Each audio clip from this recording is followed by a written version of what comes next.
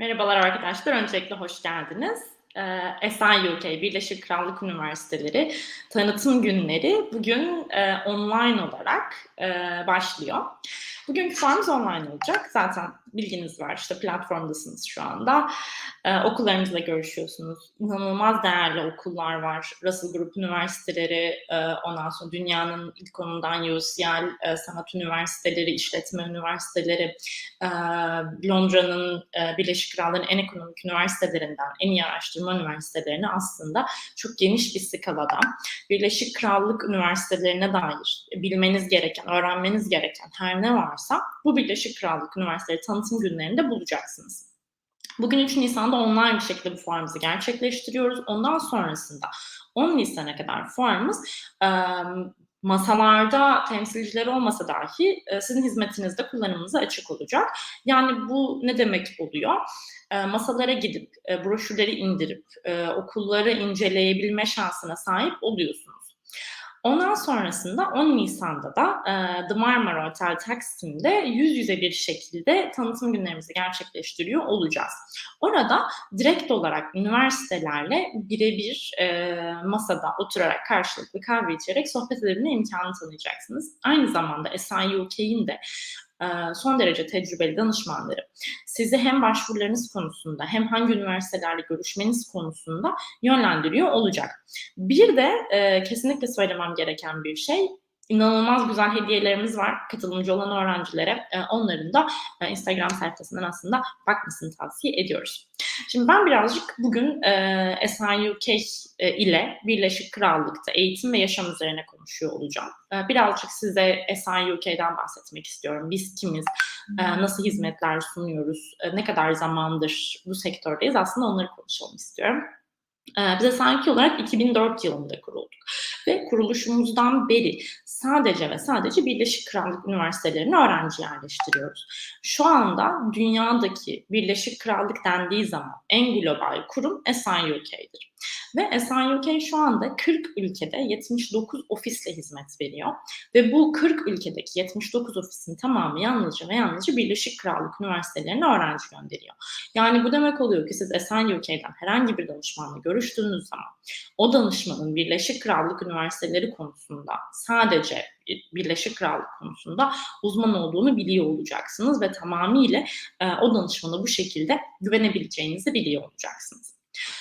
Çok kısa bir şekilde birazcık da hizmetlerimizden ben bahsetmek istiyorum. Biz SIUK olarak öğrencilere neler yapıyoruz, neler sağlıyoruz, birazcık bunlardan da konuşalım.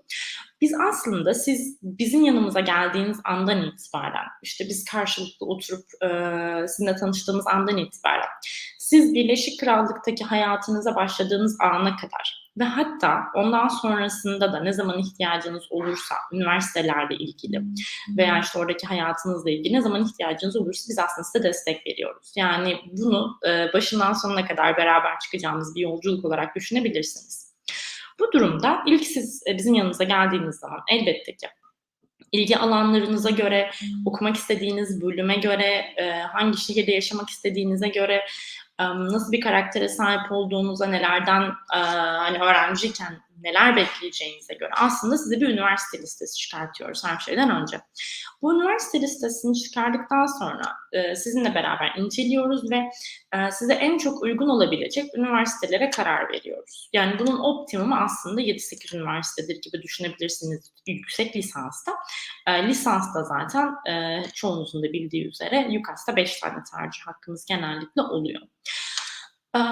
Ondan sonrasında size bu üniversite listesini hazırladık. Birlikte başvurmak istediğiniz okullara karar verdikten sonra sizinle beraber evraklarınızı hazırlıyoruz. Bu evraklardan çok kısa bir şekilde bahsetmem gerekirse de sizinle beraber CV'nizi hazırlıyoruz.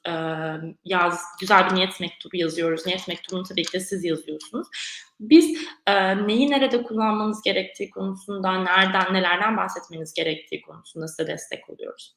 Ondan sonrasında pasaportunuzun ön sayfası, transkriptiniz, eğer ki mezunsanız diplomanız, eğer ki elinizde varsa IELTS sınavınız ve referans mektuplarınızla beraber, yüksek lisans için 2, lisans için 1 tane referans mektuplarınızla beraber bunları hazırlıyoruz ve başvurularınızı bizim uzman başvuru ekibimiz gerçekleştiriyor. Ondan sonrasında bu başvuruları sizinle beraber takip ediyoruz.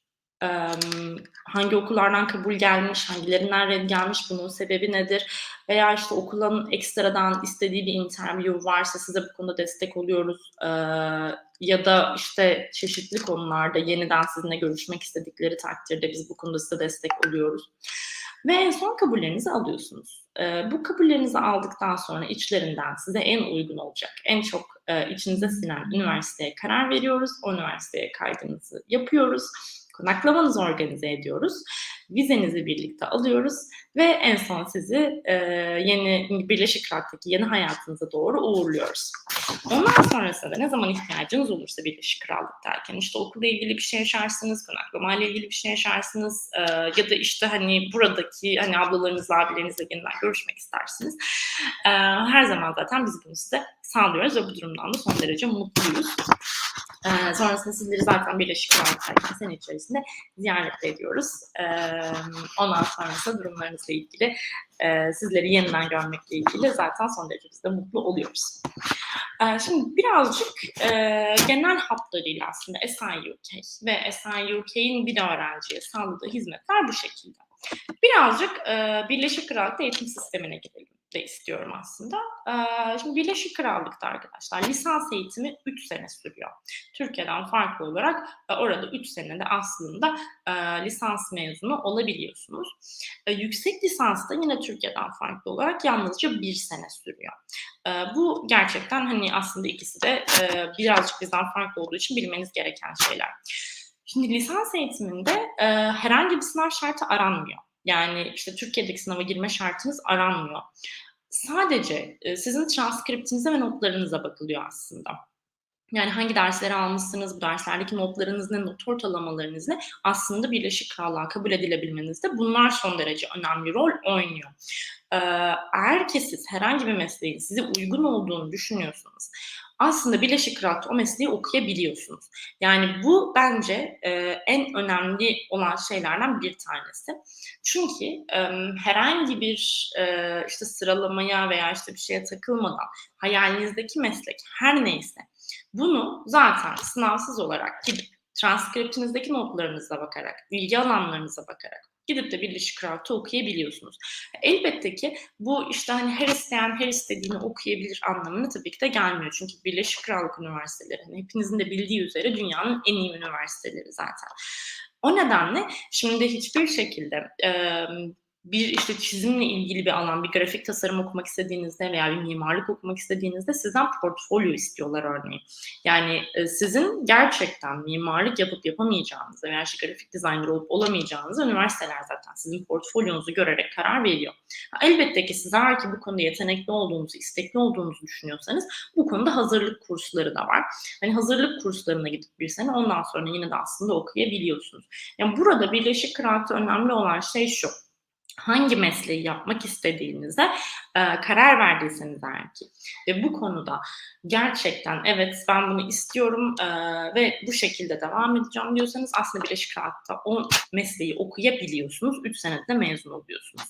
Sadece ve sadece burada önemli olan şey IELTS veya PT sınavlarına girip onlardan okulun istediği puanları almanız gerekiyor.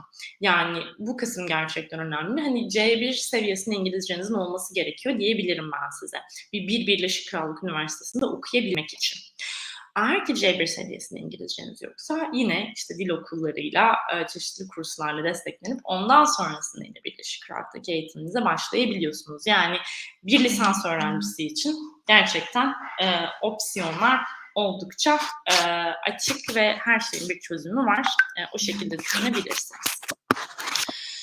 Lisans eğitimi durumumuz bu şekilde. Yüksek lisanstan bahsetmemiz gerekirse de daha demin söylediğim gibi yüksek lisans eğitimi yalnızca 1 yıl Birleşik Krallık'ta ve bu 1 yıldan sonra gayet tezli bir yüksek lisansınızı yapıp mezun oluyorsunuz.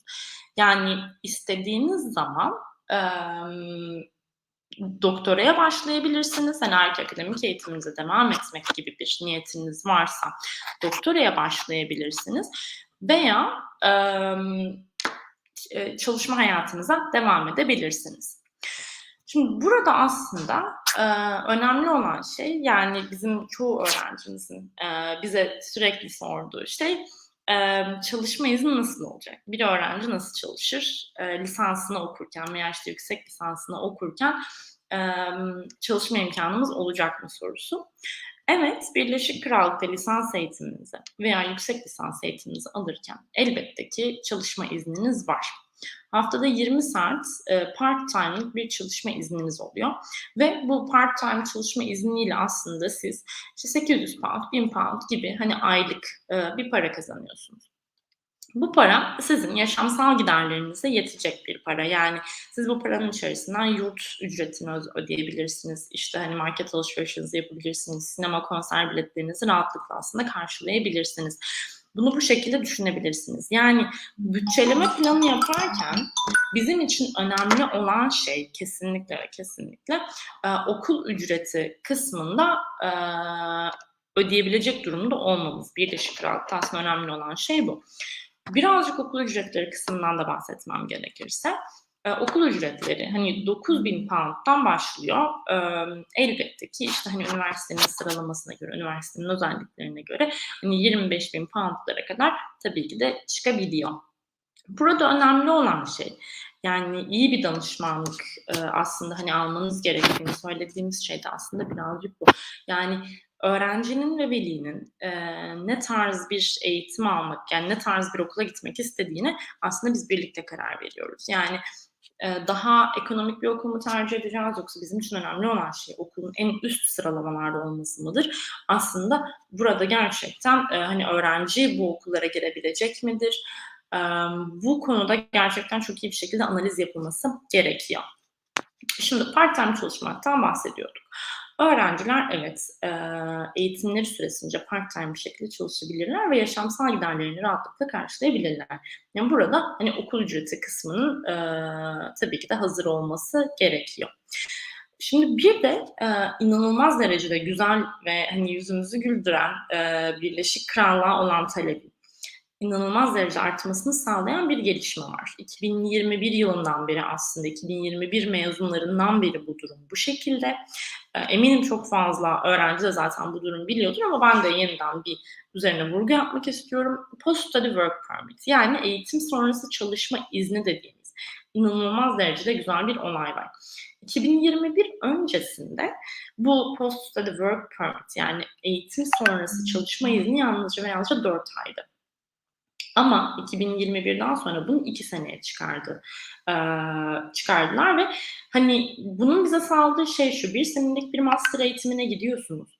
Ondan sonrasında artı 2 sene Birleşik Krallık'ta iş arama ve çalışma izni kazanıyorsunuz. Yani herhangi bir şekilde Tier 2 vizesi için bir iş sponsoru bulmanıza gerek kalmaksızın zaten elinizdeki halihazırdaki graduate vizayla rahatlıkla Birleşik Krallık'ta kalıp çalışabiliyorsunuz. Hani eğer ki bir lisans öğrencisiyseniz, lisansa gidecek bir öğrenciyseniz, bu sizin için 3 sene lisans artı 2 sene çalışma izniyle totalde 5 senelik Birleşik Krallık'ta bir hani aslında hayat demek.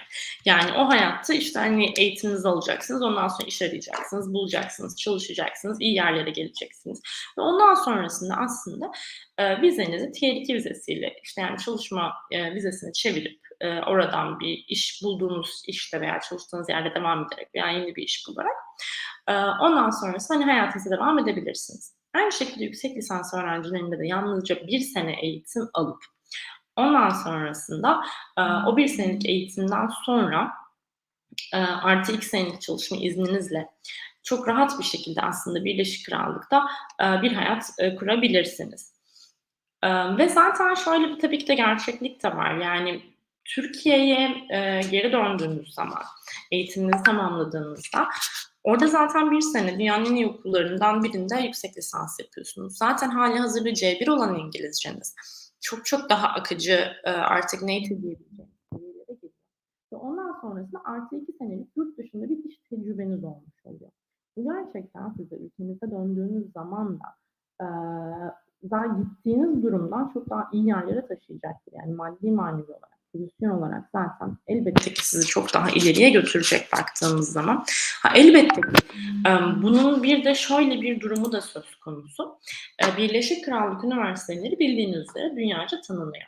Birleşik Krallık'ta eğitiminizi aldıktan sonra artık canınızın istediği herhangi bir ülkede, işte Amerika'da, Dubai'de veya Avrupa'da istediğiniz yerde aslında iş bulabilme şansınız da çok daha yükseliyor. Yani sizi birazcık daha işte dünya vatandaşlığının kapısını aralayan bir basamak olarak bu durumu da görebilirsiniz.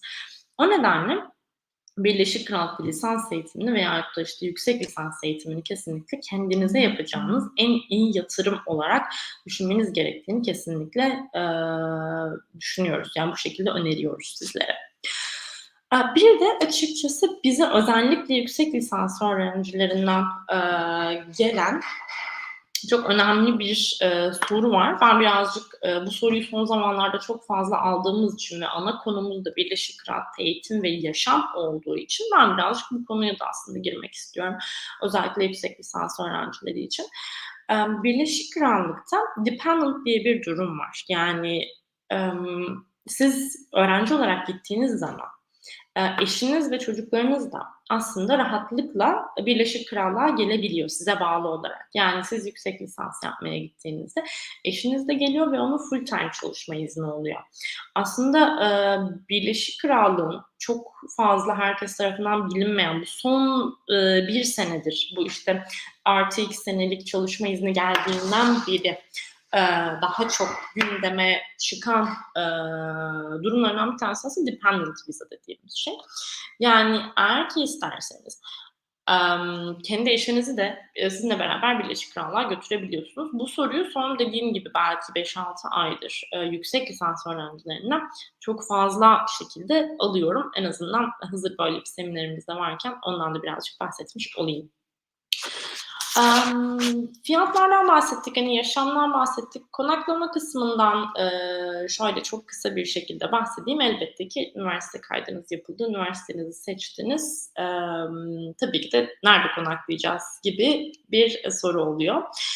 Biz açıkçası konaklama için sizlere üniversite yurtlarını organize ediyoruz. Üniversite yurtları ve zaten aslında halihazırda eğer ki Londra'da okuyacaksanız da fuarımızda Londonist var. İnanılmaz derecede güzel yurtları olan bir özel konaklama acentesi ve yani yurtlarının lokasyonları hem okula çok yakın hem de merkezde olduğundan dolayı son derece revaçta. Yani siz istediğiniz zaman ya üniversite yurtları veya Londonist konaklamalarını biz sizin için organize edebiliyoruz. Üniversite konaklamalarında genellikle lisans öğrencileri için ilk bir sene zaten garanti oluyor. Tabii ki deadline'lardan önce başvuru yaptığınız takdirde.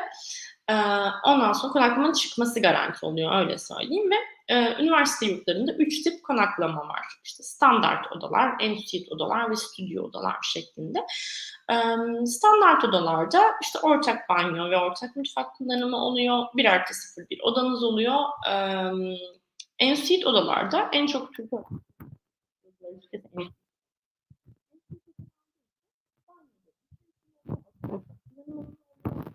yani aslında mutfağın sosyalleşmesi için kullanabiliyorsunuz. Hani hem de bir yandan oradaki işte arkadaşlarınızla, yurttaki arkadaşlarınızla sosyalleşebiliyorsunuz, konuşabiliyorsunuz, görüşebiliyorsunuz. Ve işte tabii özellikle Covid zamanlarında birazcık daha dikkat edebilmek için banyonun odada olması çoğu öğrenci tarafından tercih edilebiliyor. Üçüncü opsiyonumuz olarak standart dedik, en-suite dedik. Bir de stüdyo oda tipleri var.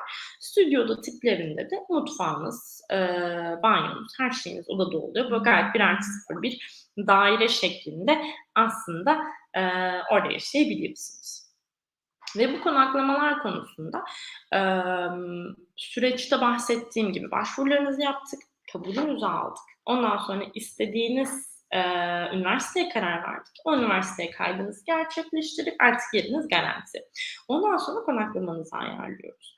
Ve okul yurtları veya eğer ki Londra'daysanız London'dan organize edebiliyoruz. Ondan sonrasında tabii konaklama işleminden sonra vize aşaması geliyor. Bu vize aşamasında da zaten biz açıkçası sizin zaten yanınızda oluyoruz. Söylemem gereken ve çok gurur duyduğumuz bir noktada şu ki bizim ekibimizin şu ana kadar herhangi bir öğrenci vizesi konusunda bir vize reddi yok. Vize evraklarını son derece titiz bir şekilde hazırlanır bizim tarafımızdan ve hani zaten üniversiteler tarafından siz sponsorlu öğrenci olduğunuzdan dolayı öğrenci vizesi aslında Birleşik Krallığın çıkması en rahat vizelerinden bir tanesidir. Bu şekilde size söyleyebilirim. Vize kurallarının elbette ki böyle birkaç dikkat edilmesi gereken detay noktaları var. Zaten onları da hani öğrenci olduğunuz zaman detaylı bir şekilde teker teker konuşuyor olacağız. Sadece işte vizesinin oldukça rahat çıkan bir vize olduğunu bilmeniz ve bizim size bu konuda kesinlikle yardımcı oluyor olduğumuzu bilmeniz bu aşamada yeterli olacaktır. Bir tane daha soru var aslında. Ben bir de ondan bahsedeyim. Zaten bu sorunun kesinlikle her seminerimize gelen bir soru. Burslar nasıl olacak şeklinde. Daha demin zaten bahsettiğim üzere işte 9.000 pound ile 25.000 pound arasında okul ücretleri değişiyor.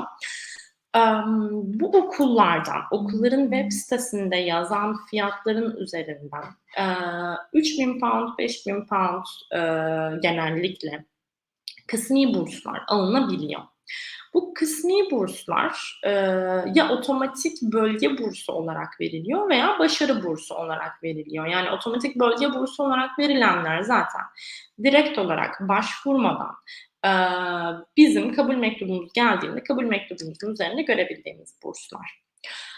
Başarı bursları ise bizden bir niyet mektubu isteyen, bir burs başvuru mektubu isteyen, başvuru formu isteyen burslar. Onlarda tabii ki işte belli bir not ortalaması, belli bir kriterler var ama Birleşik Krallık Üniversiteleri aslında bizim gibi internasyonel öğrencilere burs verme konusunda oldukça cömert. Ben size bunu rahatlıkla söyleyebilirim. Bizim bu sene 10.000 pound burs alan öğrencilerimiz de var. Zaten geçtiğimiz sene 2021 yılında bizim yerleşen öğrencilerimizin %90'ından fazlası kısmi burs ile gitti. Yani en azından okulların verdiği burslardan bizim öğrencilerimiz aslında olabildiğince faydalanıyor. Sadece burada şöyle bir kafa karışıklığını aslında ben engellemek istiyorum. O da şudur ki Birleşik Krallık üniversitelerinde en azından üniversitenin verdiği burslarda %100 burs diye bir şey açıkçası çok fazla mümkün olan bir şey değil. Örnek veriyorum British Council'ın çok güzel bursları var veya işte Çeçevnik bursları var, Jambone bursları var, YLS'ye bursları var. Bu şekilde biraz daha dışarıdan burslara yönelmemiz gerekiyor ve bu daha çok yüksek lisans doktora da oluyor. Yani lisansta çok fazla %100 burs aramamanızı açıkçası ben tavsiye ediyorum. Yüksek lisansta da üniversitenin kendisinden ziyade biraz daha dışarıdaki bursları aramanızı tavsiye ediyorum. Bu konuda zaten hani danışman arkadaşlarımıza da sorularınızı sorabilirsiniz. Onlar da bu konuda gerekli yönlendirmeleri yapacaktır. Üniversite içi olan burslarda ise işte o kısmi burs dediğimiz şeylerde zaten öğrencilerimize nasıl başvurulması gerektiğini, ne zaman başvurulması gerektiğini, ne kadar burs olduğu konusunda zaten danışmanı fazlasıyla yardımcı oluyor. O şekilde düşünebilirsiniz. Benim genel bağlamda yani Birleşik Krallık'ta hani eğitim ve yaşam üzerine bahsedeceğim şeyler bunlar. Yani biraz toparlamak gerekirse Birleşik Krallık'ta aslında lisans öğrencileri olarak ilgi alanlarınız ve başarınız doğrultusunda istediğiniz bölümde eğitim alabiliyorsunuz. Bu madde oldukça önemli. Eğitiminiz süresince part-time çalışabiliyorsunuz. Lisans ve yüksek lisans öğrencileri için bu madde oldukça önemli. Part-time çalışırken yaşam giderlerinizi karşılayabilecek kadar para kazanıyorsunuz. Bu madde de oldukça önemli. Hatta yani gerçekten bu konuda size tavsiyemiz böyle mesela baristalık kursları bu ara çok revaçta. Yani gittiğinizde orada part-time çalışabileceğiniz işler konusunda Türkiye'de biraz mini eğitimler alabilirsiniz veya orada eğitimler alabilirsiniz. Size bu part-time sağlayabilecek yeteneklerinizi geliştirmeniz aslında sizin orada iş bulmanızda birazcık daha kolaylaştıracaktır. Veya işte hani okulların bazen admissions'larında student ambassador olarak çalışabiliyorsunuz, kütüphanede çalışabiliyorsunuz. Okullar bu arada sizi bu part-time işler konusunda inanılmaz derecede destekliyor. Yani zaten kariyer servisleri var ve hani okul içi, okul dışı, şehrin herhangi bir yerinde part-time çalışabilecek bütün imkanları zaten okulunuzdan öğrenebiliyorsunuz. Bu kısımda oldukça önemli. Ondan sonrasında 3. maddede eğitiminiz sonrasında lisans ve yüksek lisans öğrencileri için artı 2 sene çalışma izniniz var, full time çalışma izniniz var. Bu 2 sene boyunca iş arayabilirsiniz veya iş çok hızlı bir şekilde bulup ondan sonra 2 sene boyunca o şirkette çalışabilirsiniz. Yine bu iş bulma konusunda üniversiteleriniz size gerekli bütün desteği veriyor. Üniversitelerin kendi partner şeyleri var, kurumları var, şirketleri var. Orada staj yapabiliyorsunuz. İşte staj yaptıktan sonra sizi işe alabiliyorlar. Veya kariyer fuarları gerçekleştiriyorlar. Bu kariyer fuarlarında sizi bu bütün şirketlerle tanıştırıyorlar. İyi CV hazırlama, iyi niyet mektubu hazırlama. Bütün konularda zaten size destek oluyorlar. Ayrıca üniversitelerle şimdi görüşürken kesinlikle ve kesinlikle employability rate'lerinde sorun. Yani mezunların ilk 6 ay içerisinde iş bulma oranları. %90'ın altında hiçbir üniversiteyi bulamazsınız. Çünkü zaten Birleşik Krallık'ta master yapan kalifiye bir öğrenciyi açıkçası gerçekten iş almak için bekleyen çok fazla şirket mevcut. Yani zaten mezunlarının %90-95'i ilk 6 ay içerisinde çok ciddi maaşlarla iş buluyor. Kaldı ki sizin orada 2 senelik bir çalışma hakkınız var. Kesinlikle ve kesinlikle bu olaya yani Birleşik Krallık Üniversiteleri'nin size sunduğu bütün imkanlardan yararlanmalısınız. Ondan sonra full time çalışma izninden bahsettik. Konaklamadan bahsettik. Ondan sonrasında oradaki yaşamla ilgili olarak işte burada vize almanın rahatlığından bahsettik. Aslında Birleşik Krallık'ta eğitim ve yaşamla ilgili genel bağlamda bütün konuları toparladık diye düşünüyorum. Eğer ki tabii ki de yine kafanızda çok çok fazla soru vardır. Yani yarım saate sığdırabileceğimiz konular elbette ki değil. Yani bu konuları oturup 8 saat, 10 saat konuşsak yine bitmez. Yine illaki üzerine yeniden konuşmamız gereken şeyler kalır. Aklınızdaki bütün soruları SI UK danışman masasındaki danışman arkadaşlarımıza sorabilirsiniz. Veya hafta içerisinde yarın itibariyle ofislerimizi arayabilirsiniz. Oradan sizi bir danışman arkadaşımıza yönlendirecekler. Onlarla görüşebilirsiniz. Üniversitelerle ilgili bütün sorularımızı zaten önümüzdeki bir hafta boyunca tanıtım günlerimiz var. Üniversitelere sorabilirsiniz. Bugün online, 10 Nisan'da The Marmara Taksim'de. Her zaman için dediğim gibi sorularınızı bekliyoruz. Memnuniyetle de yanıtlıyor olacağız. Dinlediğiniz için çok çok teşekkür ediyorum. Sorularınızı bekliyoruz. Herkese fuarda iyi eğlenceler.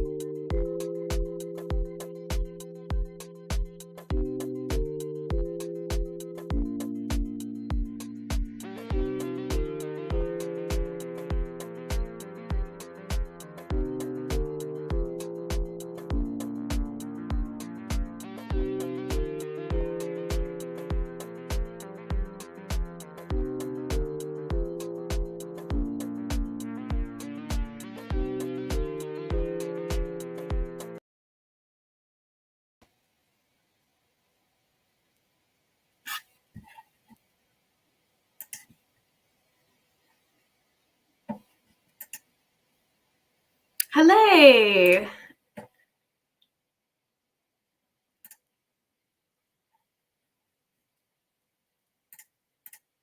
Just going to figure out how to share my screen.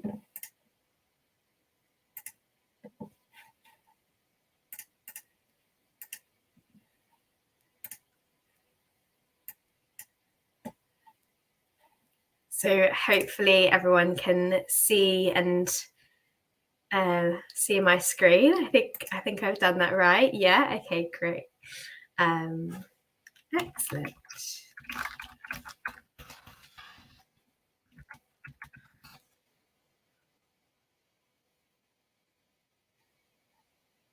Okay. So, did you know that the University of Bath is 4th in the UK for student experience? So today I'm going to tell you about why we are 4th and why you should come and study with us in the University of Bath. So this presentation is going to be all about studying, support and beyond, and student life in Bath and at the UK as well. I'm Megan Robertson and I am a postgraduate recruitment officer at the University of Bath. So where is Bath to start with? Because we have an unusual name, so I'm sure you've probably not heard of it before. We're about 80 minutes away from London and 15 minutes to Bristol, which is the city just away from us. We're 15 minutes from Bristol Airport and 2 hours to Heathrow, which is probably where you'd be flying in from, although you can get into Bristol Airport from Turkey as well. So not too far, it's not too bad of a journey, and we're in a nice central location. So not too far from London, not too far from places like Wales and Bristol and Birmingham. There's all quite lots of connections, basically. A very good location. We're also a UNESCO World Heritage City, which I'll talk about a little bit more later on. So the university makes up more than 18,000 students, with 74% of them being undergraduates, 16% being postgraduate taught, and 10% being PhD research students.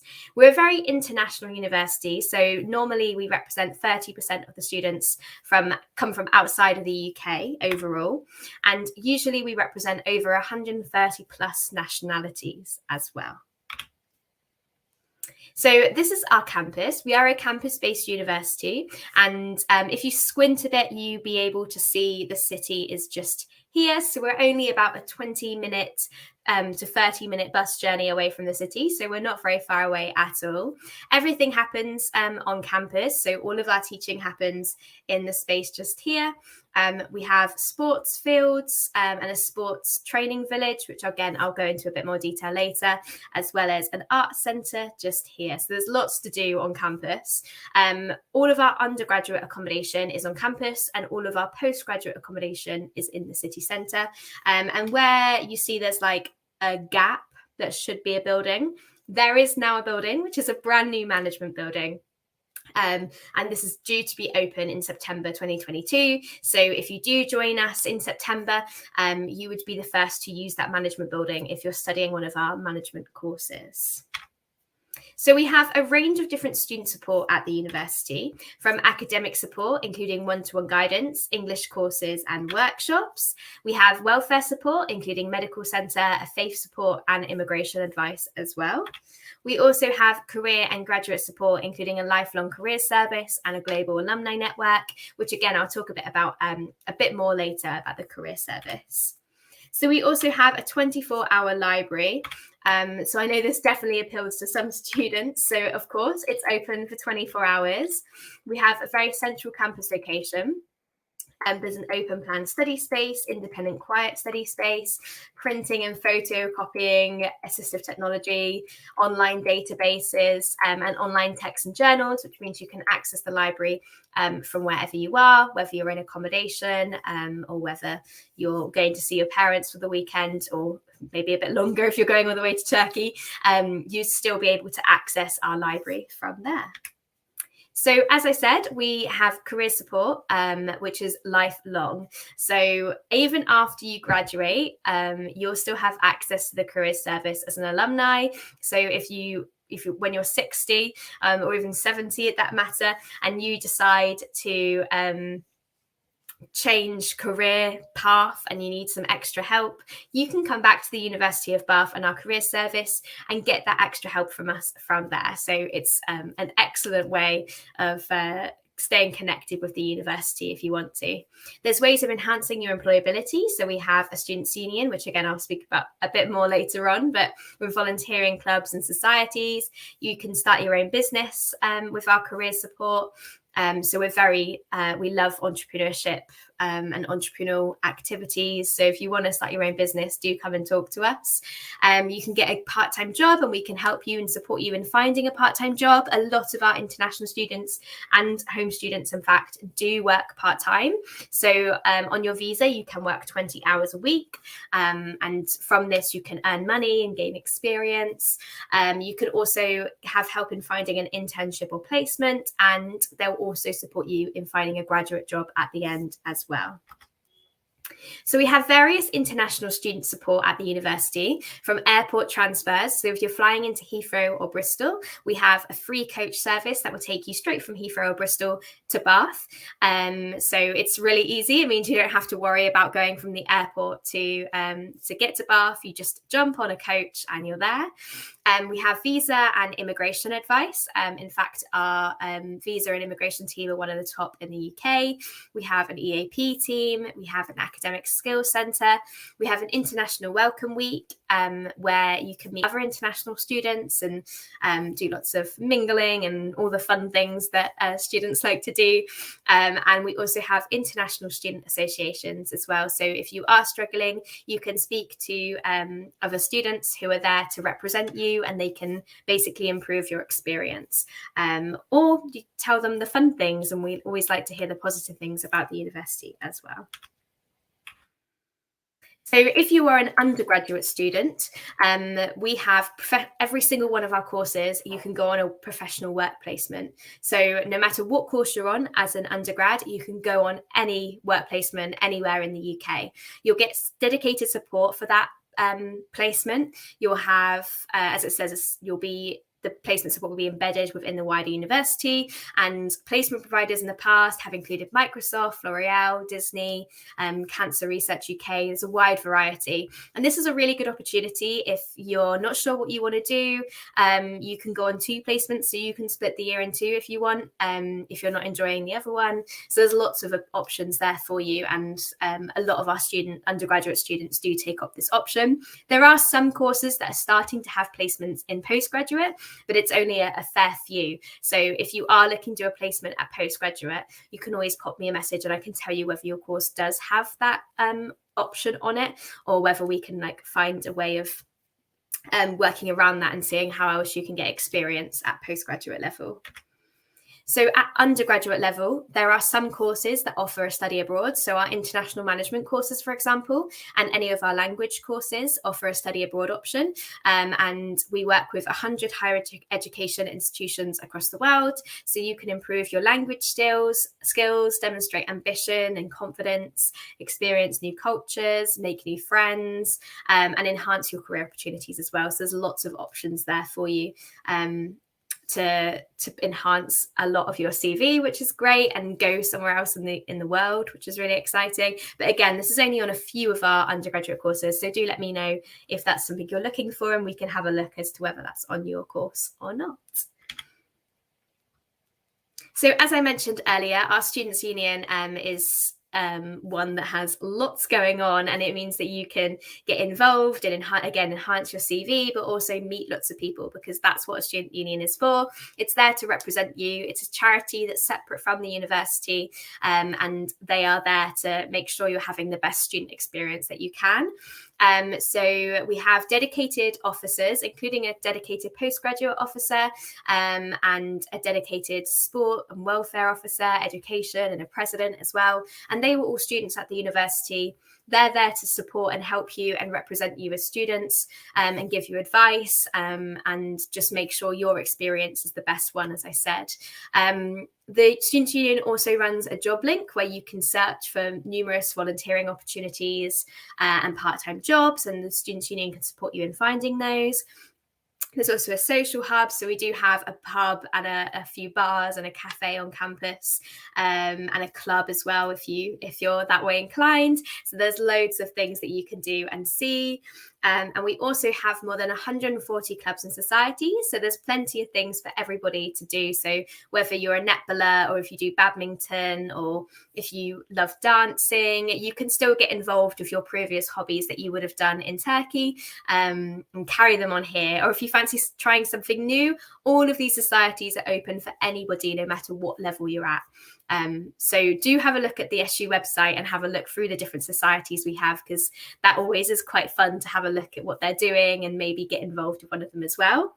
But we also do have a University of Bath Turkish Society. So this welcomes everyone to join fun events to celebrate Turkish culture, and we have events such as society dinners, Turkish nights to present Turkish music culture, and different gatherings for special dates and holidays. And you can already find them. They have an Instagram, which you can find on our website, but you can always pop them an email if you want to know a little bit more about the society. But that's a great way of connecting with other Turkish students if you wanted to connect with people from Turkey again. So as I mentioned earlier, we also have a sports training village, and it's actually an Olympic size sports training village. So we have a lot of Olympians who train at our village. And we were also named one of the best sports universities of the year in 2018. And all of the things you can see on your screen now, you would, as a student, have access to for free. So if you are a dedicated swimmer, you can go and swim whenever you like for free in our huge Olympic-sized swimming pool. I was genuinely shocked about how big it was when I first started working at the university. It's so big. So you have access to all of this for free. And to add to the fact that we're an Olympic size sports training village, we have all of these wonderful people who are alumni and were current students who won, I think it was 9 gold medals in the last Olympics, in the 2020 Tokyo Olympics. And if we were, this is my favourite fact, if the university was a country in the Olympics, we would have placed 11th on the medal table above other countries, which is pretty cool because of all these students training in our facilities. So you may get to see an Olympian or two if you do come to the university. So as I said, we also have an art centre. So of course, I've gone backwards. Let me go back again. There we go. So if you are not really sporty, like me, for example, and you're more of a theatre dancer, you have access to our, or singer or musician, you have access to our art centre on campus, which is run by our Students' Union. The facilities include 7 music practice rooms that you can use for free, dance studios, so you can go and practice and rehearse, a theatre, and free art galleries as well. So if you're more theatre-y or more artsy, then this is also a great place for you to be. So as you would have seen earlier, we're going to start talking a bit about the city. And as I said earlier, the Bath is the UK's only UNESCO World Heritage City. So we, for the reason for this, you can see it's a very beautiful city from this picture, and I'll show you a few more pictures in a minute. But the whole city is protected by World Heritage, and that is because of our hot springs. So we have Roman baths and have a natural hot spring underneath the city.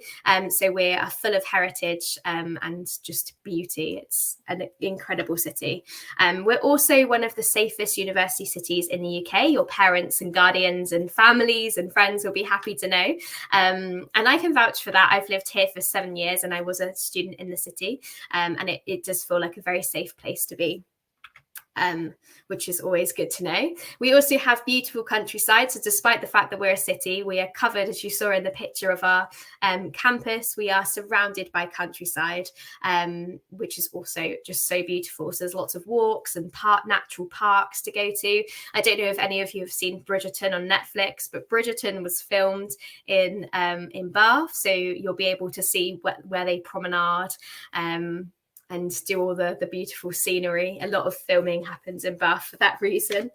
So in summary, the city is within easy reach of campus, about 15 to 30 minutes by bus. You can make the most of living in a UNESCO city with free entrance to attractions and museums, including a museum literally 5 minutes away from the university by walking. And the estimated cost of living in Bath is around £14,000 per year, including accommodation. So that is just a rough estimate with food and bills and everything included that you would need to spend. And just to finalise everything, here are some pictures of Bath, if I haven't already persuaded you, because it's just so beautiful. I love this city very much. And if you just Google the city of Bath, I'm sure you can see lots of other pictures. This is the Abbey, a very beautiful place. And that's me. So if you have any questions, please do contact me in the chat, or we can set up a meeting today. I'm also coming to Istanbul next week, which I'm very excited about and happy to come along because I've never been to Turkey before.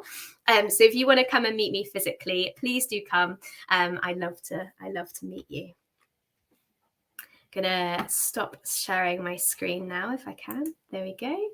So if anyone has any questions, please do ask, or you can just message me in the chat or set up a meeting.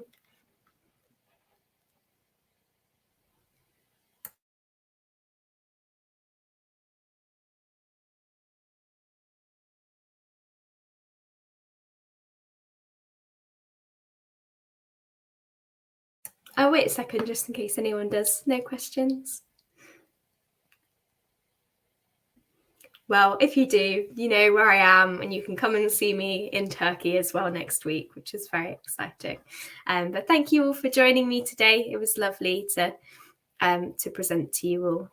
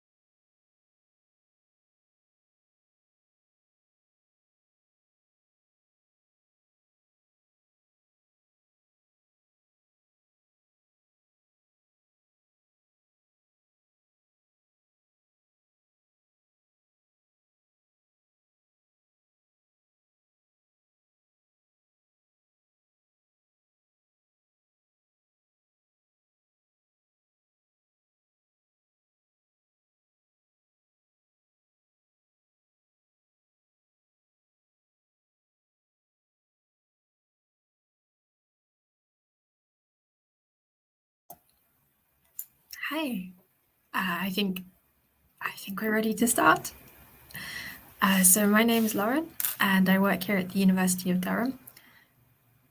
So I'm just going to tell you more about Durham University, and I'll just try and share some pictures with you. I hope it works. So I hope you can see the shared screen now. Hopefully you can, otherwise not much of this will necessarily make sense. Okay, so assuming you can see the presentation. So Durham University, we are quite a well-ranked university. So hopefully you can see, really hope you can see on the presentation that we are generally in the top 4, depending on the rankings, we're normally in the top 4 or 5. Oh, there it is, in the UK. And we generally rank somewhere in the world top 100. This year we are currently ranked 87, I think. We also have gold status for teaching and the TEF gold rated university.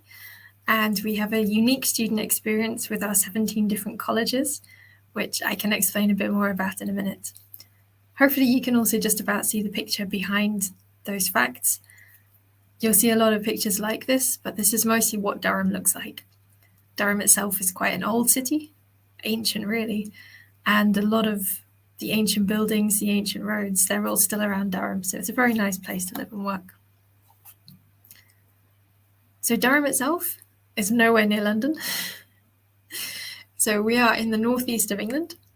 We're quite close to Edinburgh, the Scottish capital, and we're on the coast, so it's quite easy to get to the beaches. You have some really dramatic landscapes around here. It's a very interesting place to visit in terms of historical sites as well. You have an awful lot of castles along the border with Scotland.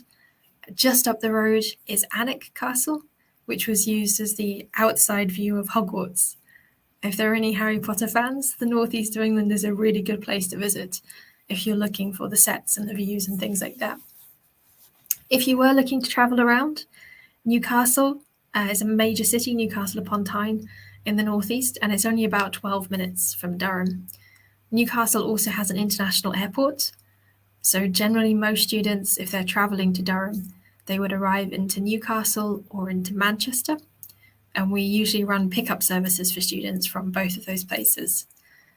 If you're looking to travel around while you live in Durham, then obviously Newcastle is a good airport to choose if you're travelling to the continent. If you want to explore Europe, it's very easy. I think it's about an hour or something to Amsterdam, and then there are flights as well to places like Paris, Charles de Gaulle.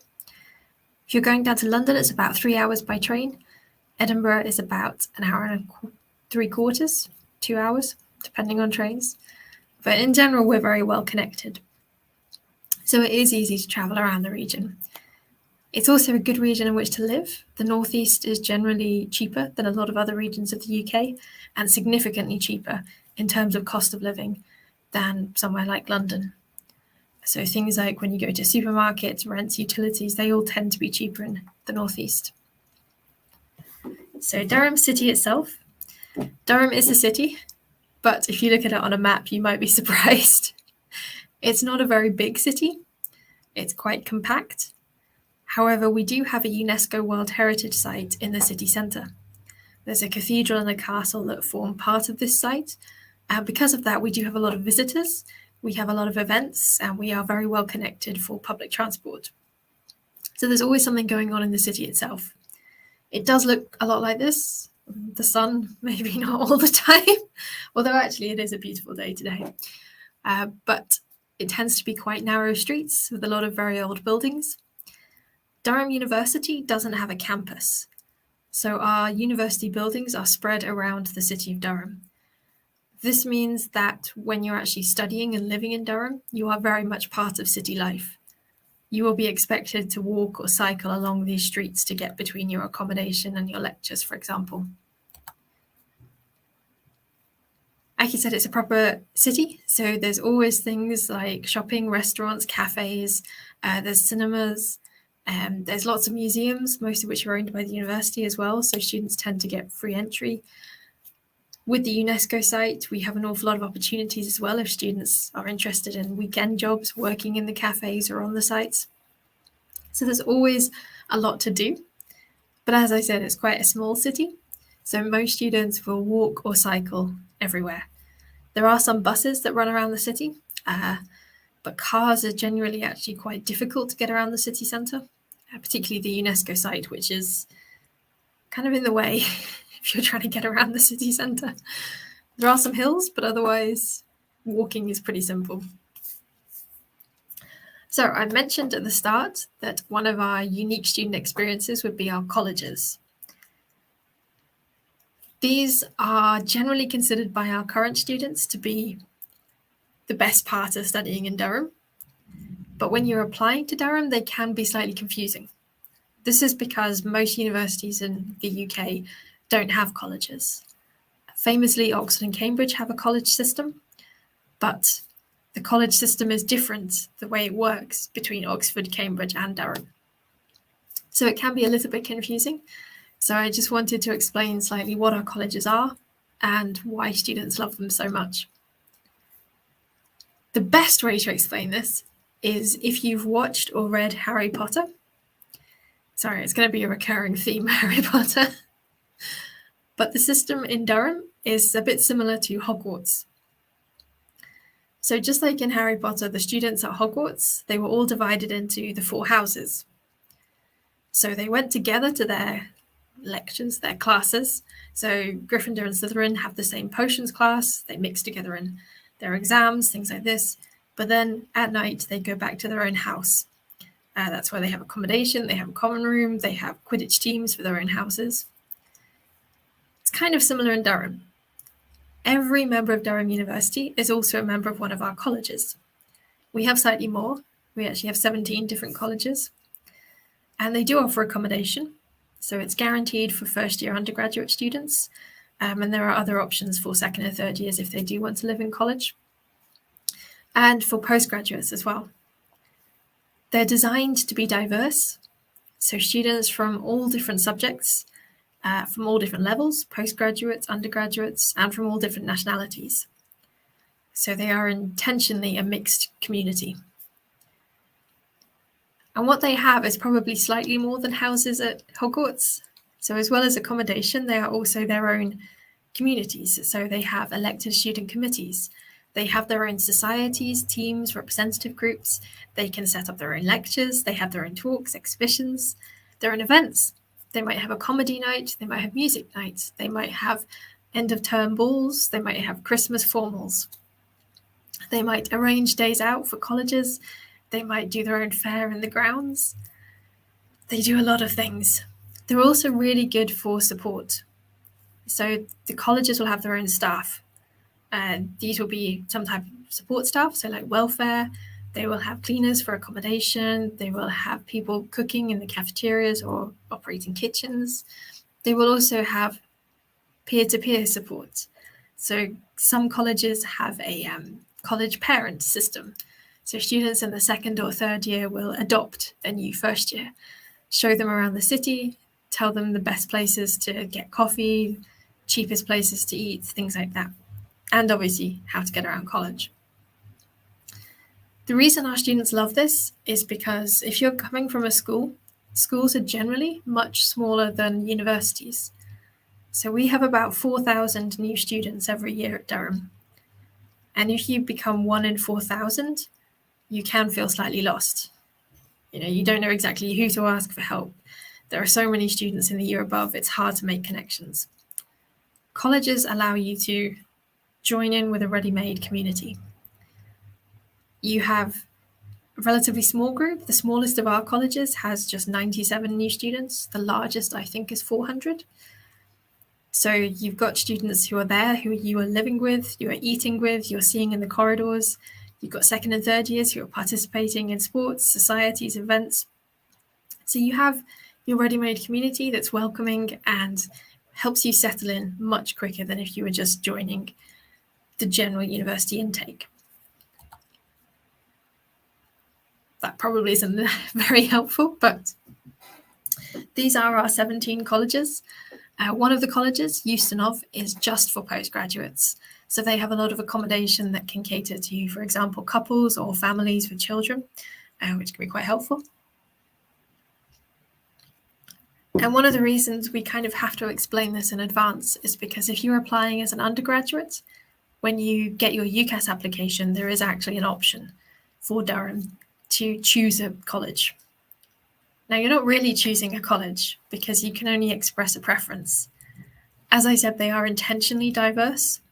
So if in 1 year, every engineering student, for example, for some reason chose Hatfield College, they wouldn't all get that preference. We would spread engineering students across all colleges. However, we do also now have an extra preference form. So if you're applying as an undergraduate student, once you've been made an offer, so if you receive an offer from Durham, conditional or unconditional, you will then get a follow-up form, which allows you to list your colleges in order of preference. UCAS would only allow you to choose one, but this preference form, technically you could list all 16 undergraduate colleges if you wanted to, but you don't have to. Most students would list maybe 3 or 4. That way you're pretty much guaranteed to get one of your preference colleges. I say preference, I've kind of explained what colleges are, but perhaps not the differences. Most of the differences are entirely practical. So the big difference that most students would base it on is catered or self-catered. You can see that actually slightly more of our colleges are catered. If they're self-catered, they have kitchen facilities. Catered colleges usually have something like kettles, toasters, somewhere in which to eat and make snacks, but not really cooking facilities. Whereas our self-catered will have fully equipped kitchens. Another point of choice might be the number of new first years. Okay, I'm slightly off. So you can see that actually some of our largest colleges go up to 500. I'm sure our smallest colleges, oh, there we go, 97. So it might be a matter of, do you prefer being in a smaller community or do you prefer being in a slightly larger community? And the other big difference would be location. So as I've already said, Durham is quite a small city, so it really doesn't make too much difference. You could be in a college right up at the top of this page and have lectures right down at the bottom, and it would probably take you at most 30-35 minutes to walk there. It's not a huge city, but you might have your own personal preferences.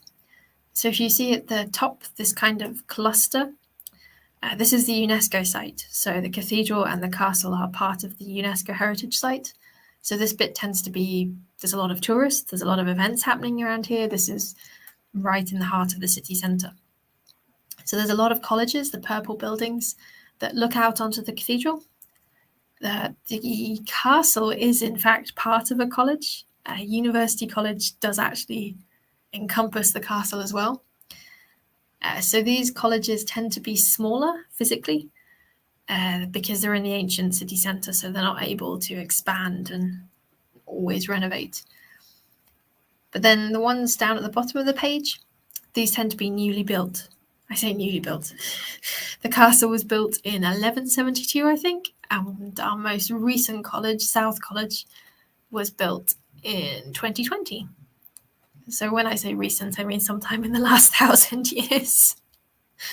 But you'll see quite a lot of university buildings down at the bottom of this page. So the Bill Bryson Library is the main university library. The Palatine Centre is where many professional services are, so things like disability support, the careers service, there's cafes, the law school. So there's a lot of lectures that go on in this area. So some students like to choose, if they want to roll out of bed and into their lecture, they might choose these colleges at the bottom. If they want to roll out of bed and into Sainsbury's supermarket, they might choose the ones kind of at the top here. But as I said, to be completely honest, location doesn't make much difference. Lectures and lecture halls are spread across the city as well. So there is places like the business school, the mathematics library that's just up here, newly built, where you can maybe guarantee that you would have lectures there. But for other departments, you might be spread out There are some history departments around here, for example. Archaeology is right by the castle. But there are also generic lecture halls up here by the library as well. So location I don't think is as important, but some students really value the location. So in terms of teaching, I should probably talk about that a little bit. We have 4 faculties or departments. So we have the business school, sciences, social sciences, and arts and humanities. So we do cover pretty much all subject areas. We don't have any medicine or medically related courses, so no dentistry or veterinary medicine either. But for the rest of our courses, as you can hopefully see in our subject areas, we do cover a lot. 3 subjects that kind of stand out, yes they are in there, our liberal arts course, combined honours in social sciences and natural sciences courses. These are courses that allow you to combine multiple subjects. So you can actually combine up to 4 different subjects across departments for these courses. The idea is that if your main focus is in social sciences, you would do combined honours in social science. If your main focus is arts and humanities, you would do liberal arts, and similarly for natural sciences. In fact, for all of these, you can mix, for example, maths and philosophy, a science and an art subject, or you might do politics and history, social sciences, and arts and humanities. So long as you're doing 50% of your courses within the relevant field, so liberal arts, you would need to do 50% in arts and humanities, but you can almost pick and choose. For natural sciences, it's slightly more inflexible. Some courses you will have to do a certain number of modules, and you therefore can't really timetable other courses into that, particularly with lab time. So there are only some courses for natural sciences that you can combine, but it's quite a wide range actually. Engineering and law you can't combine. Our law course is a qualifying law degree, so you have to do certain modules, which doesn't allow you time to add other courses in. And similarly for engineering. Oh, there's a lot of pages, sorry, I've forgotten that. So as well as our colleges, we also have an awful lot of different facilities for our students. So we have some of our libraries with National Archive status. We also have 3 museums in Durham, the Oriental Museum, the Archaeology Museum, and Castle, which is Castle, Museum and a college, multifunctional. We also have the relatively new Centre for Fundamental Physics. I like that one because it houses a supercomputer. So we have a number of research centres based in Durham that use the supercomputer, and some of the research that's come out of it has been really interesting. We have a new teaching and learning centre. This is a place where students can study together. So they have booths, so students can hire one. They have a lot of media as well. So if students are making videos, films, recording things, there's an entire area on the top floor that's set up with green screens and things like that for students to use. So that's quite a helpful place. The sports centre, it actually opened in 2020. So it was due to have a very big opening in about, I think it was May or June 2020, which obviously due to the pandemic didn't get its grand opening. It is open and it's been open ever since then, but it wasn't quite the party they expected. But it is a really nice place, the Maidenhead Castle Sports Centre. It's got a lot of different setups, things like for rowing, it's got a number of dojo and gyms for martial arts, it's got spaces for basketball, courts, football, quite a large number. I will mention more about sport in a minute. The new Mathematical Sciences and Computer Science building is just opened, which houses even more laboratories, which means we've been able to slightly increase the number of students we take. And we are currently finishing, we already have finished South College, but we're finishing a student hub on top of a hill. It's a very steep hill, so I haven't been to look at it, sorry. So how do you actually do teaching and learning in Durham? So we have a mixture of lectures, seminars, laboratory work, and tutorials. Lectures, I hope probably all know, these tend to give you the fundamental basics of a topic. So it would be one lecturer, an academic, and students, many students, in one of our larger lecture halls. Seminars are smaller groups. So quite often in a seminar, students might have been given part of a topic that they have to go away and research, and then students will all come back together and will discuss their own research as well as learning others.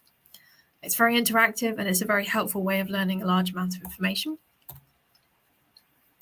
Science courses will have a lot more contact hours, which will obviously include things like practical workshops and laboratory time, as well as potentially field work. So when you actually get the timetable, you tend to see that sciences, they're pretty full on, but arts, humanities, social sciences, a lot of that might be independent research. When we say independent research, that doesn't necessarily mean that you should be spending all that time alone in a library. It might be time spent putting together a project, working with other students if you've got a seminar to work on, presenting something as well, putting something together for a tutorial as well. All of our courses also come in the undergraduate courses, would also come with the option of doing a placement year. Placement years are not guaranteed because it's still up to you to actually find your placement.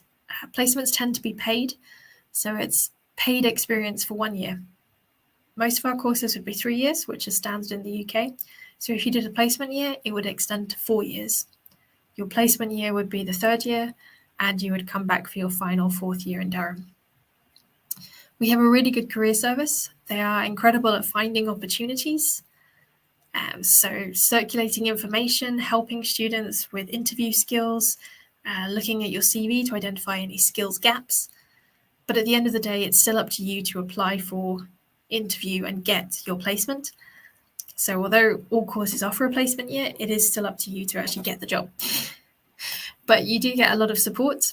During your placement, you'll also be supported by your placement tutor. But you will also have to make sure you've got everything in place by the end of your 2nd year. So you'll spend most of your 2nd year planning for your 3rd year placement.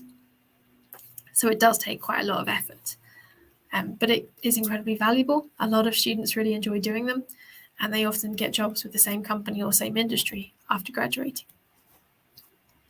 Study abroad. This is also available for all of our undergraduate courses. We have destinations all over the globe. I think we currently have about 240 different partnerships in place with individual institutions on almost every continent. If we don't have a partnership in place with a university you're specifically interested in, then we do have a study abroad team. They can help you on a case-by-case basis if you're trying to get into a specific university for that course. Again, study abroad extends the entire course by 1 year.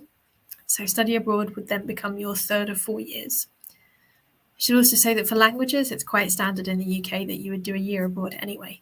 So if you're studying something like French, you would be expected to do at least 6 months to 9 months in a French-speaking country. So in terms of our entry requirements, I wasn't entirely sure what everyone would be studying, but for undergraduates, our courses range from A star, A star A to AAB, which would be around 38 to 34 in the IB. And for American system, we would generally require 3 APs with grade 5, and a couple of our courses would accept 544.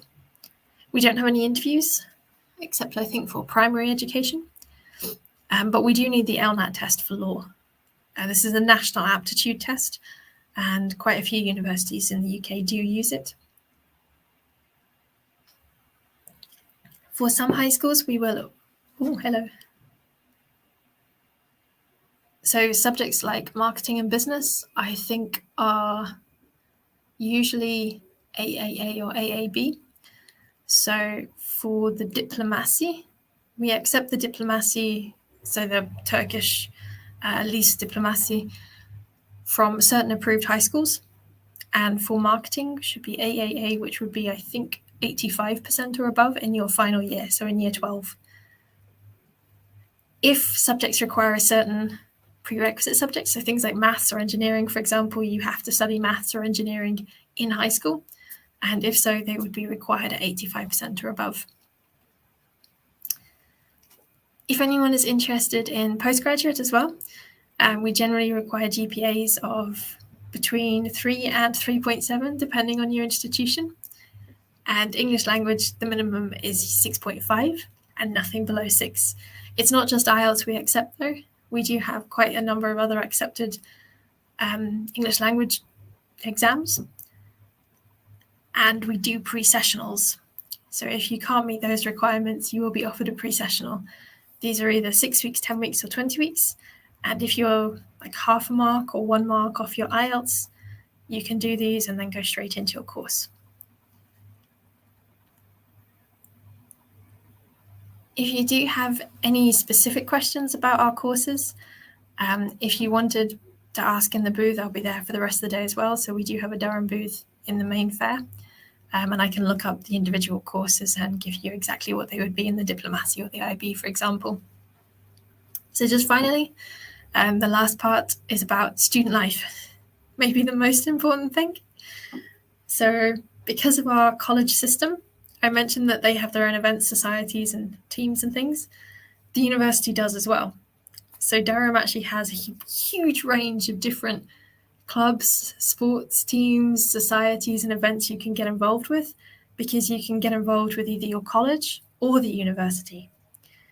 As a result of this, we have about 75% participation in sports at the university. And we've been number 1 in team sports in the British University and Colleges League since 2013.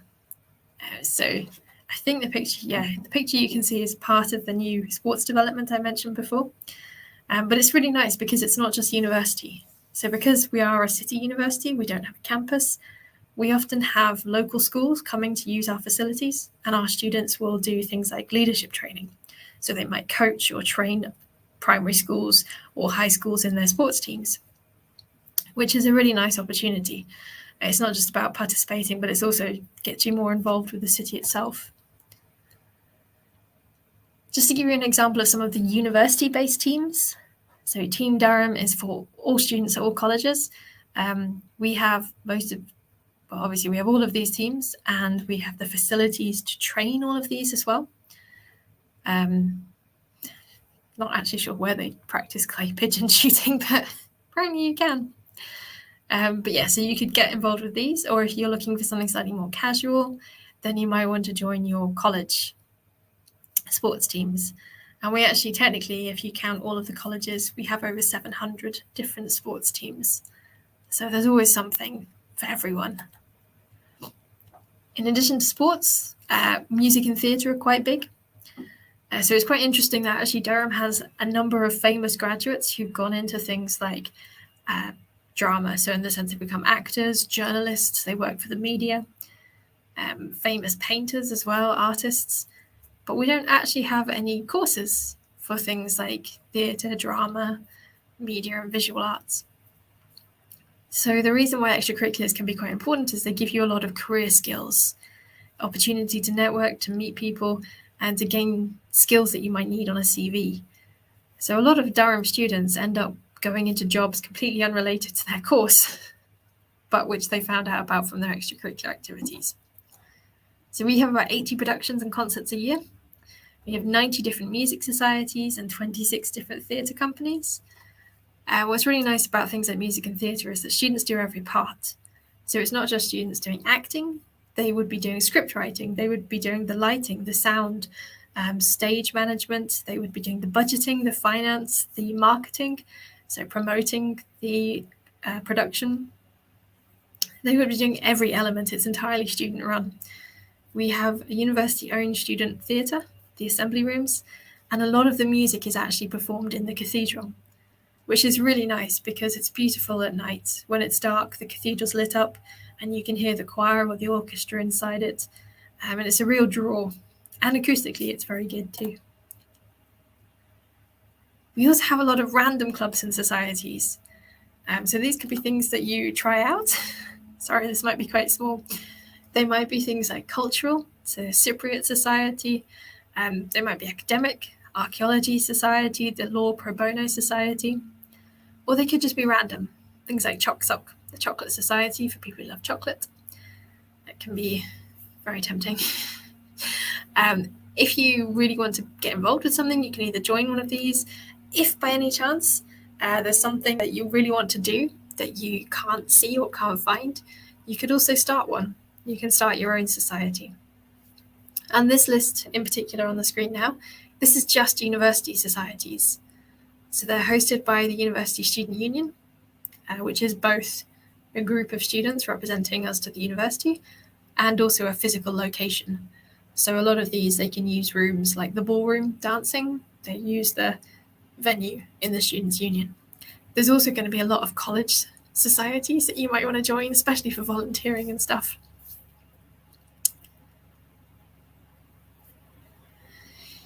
Yes, that is a good point that I think is coming up soon. So generally, student life, there's an awful lot of options for you. A lot of it is also quite free or cheap because it's run by students, and it's usually discounted or free for students. Finally, support and welfare. This is for anyone who might have issues with their course or accommodation, things that have happened to them that they weren't expecting during the time that they're at Durham. And again, colleges mean that you have quite a lot of options for this. So within your college, you would have peer-to-peer, so things like your college parents might be able to help you with things. You would have the student welfare officer and the student team who could either signpost you to the relevant source of help, or they might be able to help you directly. You also have college mentors. These are usually members of staff from across the university that help you. They often do things like dinners for their own mentor group, so that you have a way of meeting new people and sharing problems like that. The Student Union will have qualified advice centres. They also have their own representation. They can represent you or your problems or generic problems to the university and try and get solutions. And the university itself has a proper counselling service, it has disability service, and it has Nightline. So if you're struggling and it's the middle of the night, you will always be able to call them and have an answer. We are very well ranked for employability. So we have a really good award-winning career service. You can get one-to-one appointments with careers advisors who specialise in different areas. They do big networking sessions, so former students can come and explain their job and offer any internship or job opportunities. Students can talk to them, ask what they're doing, what their job actually entails. And we also have like online database of our alumni, of our graduates, who have said that they would be happy to mentor or discuss their career or their area with current students and help them in that way. In the UK, you don't necessarily need a degree in something like business in order to work for a business. Most big companies, they need to train you anyway. So they need to train you in their own particular systems or way of doing things. So what you tend to find is that students studying geography, history, English literature, they can still go on to work for big financial companies, big copyright and legal institutions. So some of our graduates have gone on to work for places like Deloitte, IBM, the civil service, the government in the UK. These are all quite standard, but most of them won't necessarily have business degrees. They would have any degree, really. In terms of the scholarships we currently have, our postgraduates, so the Durham Business School offers automatic scholarships for a lot of our business courses. There's no separate application necessary, and they're applied as a discount against the tuition fee. They're not full scholarships. They're usually between £5,000 and £7,500. I don't know of any scholarship that we currently offer that would be a full scholarship. We do have some other postgraduate scholarships. Because we're quite far into the current cycle, a lot of the deadlines for these have now passed. So if you are looking at starting your application next year rather than starting in September 2022, I would recommend going to our website and checking the deadline for a lot of our scholarships. Usually the deadline's around March, the end of March. A lot of them might be specific on your country of origin. At the moment, I know of Chevening, which a lot of our Turkish applicants apply for. Turkish Ministry of Education offers scholarships, but at the moment, Durham's own internal scholarships, I don't know of any that apply for Turkey. And for undergraduates, although we have introduced some for this year that were new for this year, again, they don't currently apply for Turkey. I know someone has asked a question about the Turkish lira and the depreciation. At the moment, no, we don't have anything specifically set up for that. I hope that we can expand our current international scholarships to include Turkey, but I have absolutely no guarantee that that will happen. The world seems to change an awful lot day to day, so I honestly couldn't say what would be happening over the summer. But we will update our websites, and we do have to have this information ready by the start of the next application cycle. So by the time they open in September, we will have to have updated all of our scholarship information. So if there are any new scholarships for 2023, you would find them on our website by the time our applications open in September. So sorry that wasn't a great question. Sorry, it was a great question, but it wasn't a good answer, or it might not be the answer you want. So sorry about that one. That is most of what I had to say about Durham. You are welcome to either visit me if you have any questions. I will be in the booth, in Durham's booth, for the rest of the fair. You can also email me. If you can't catch it on this, then I think you can actually get my email address from the stand in the fair. If you have any questions now, there's been a couple that have come through, but if there are any questions that you'd like to ask now, I can see some of them. But otherwise, you are welcome, of course, to come back to the stand in the main fair and ask me any questions you can think of there.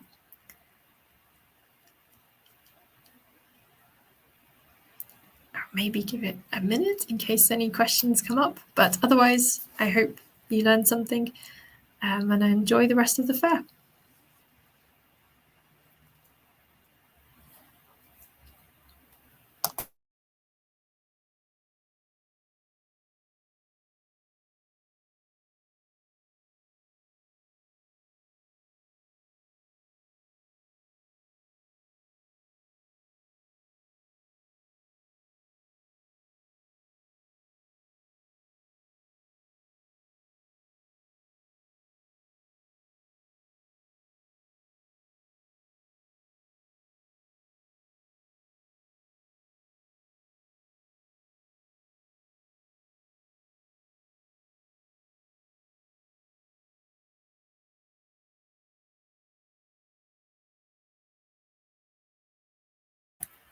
Okay, so if there are no other questions, I will leave you all to get on with the rest of your weekend.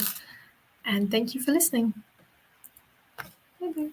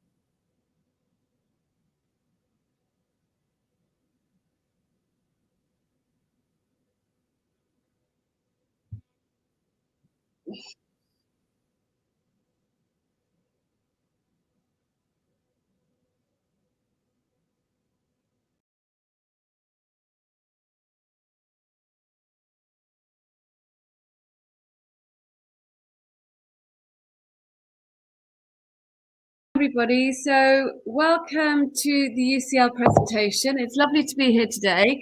So I'm going to just tell you very briefly about what makes UCL such a well-known institution. Why do we have such a well-known global reputation?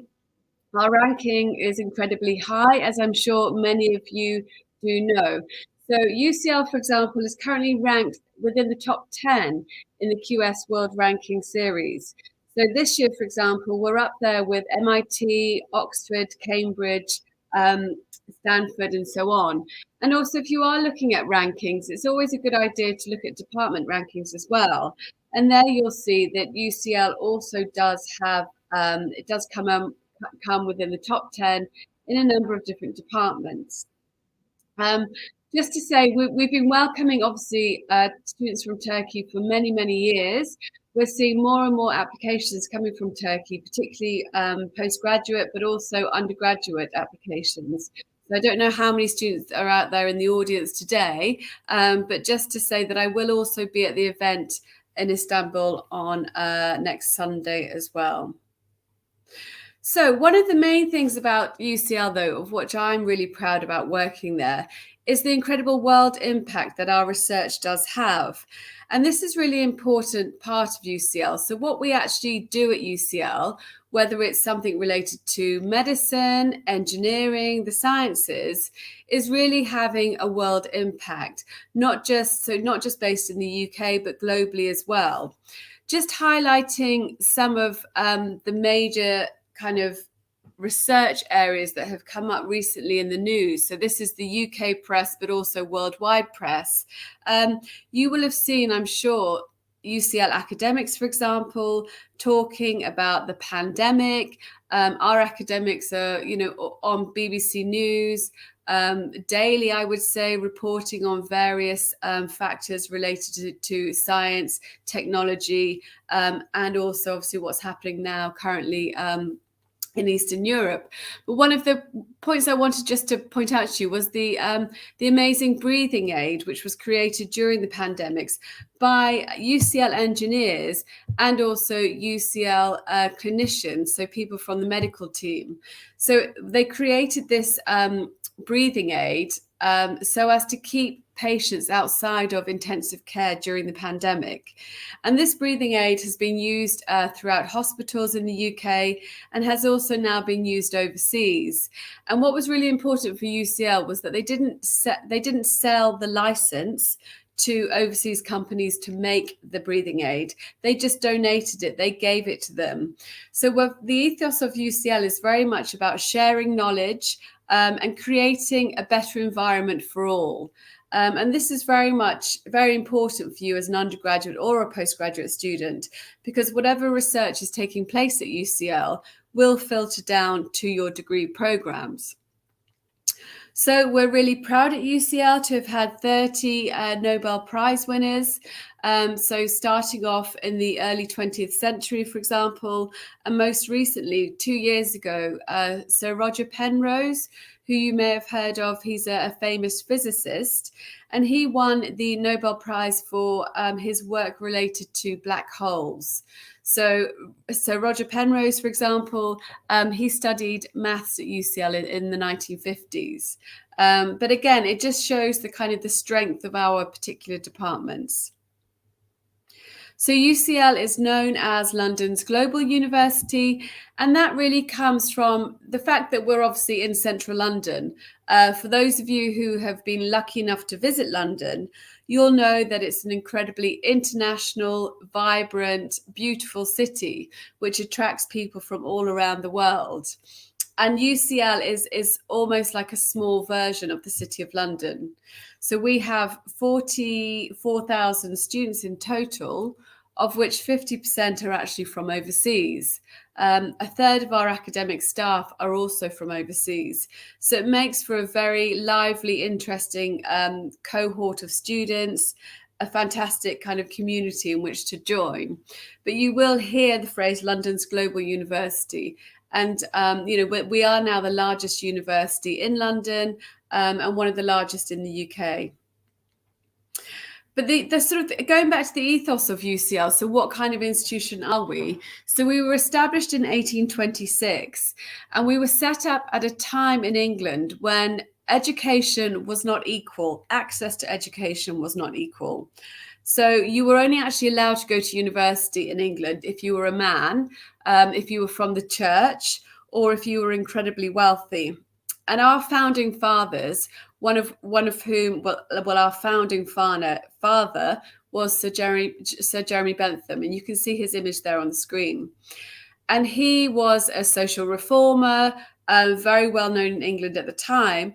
And his ideas were to try and improve society, to make society much more equal, to make society equal, to improve fairness in all aspects of life. And what he wanted to do was to create a university like UCL that would completely tear up the rule book.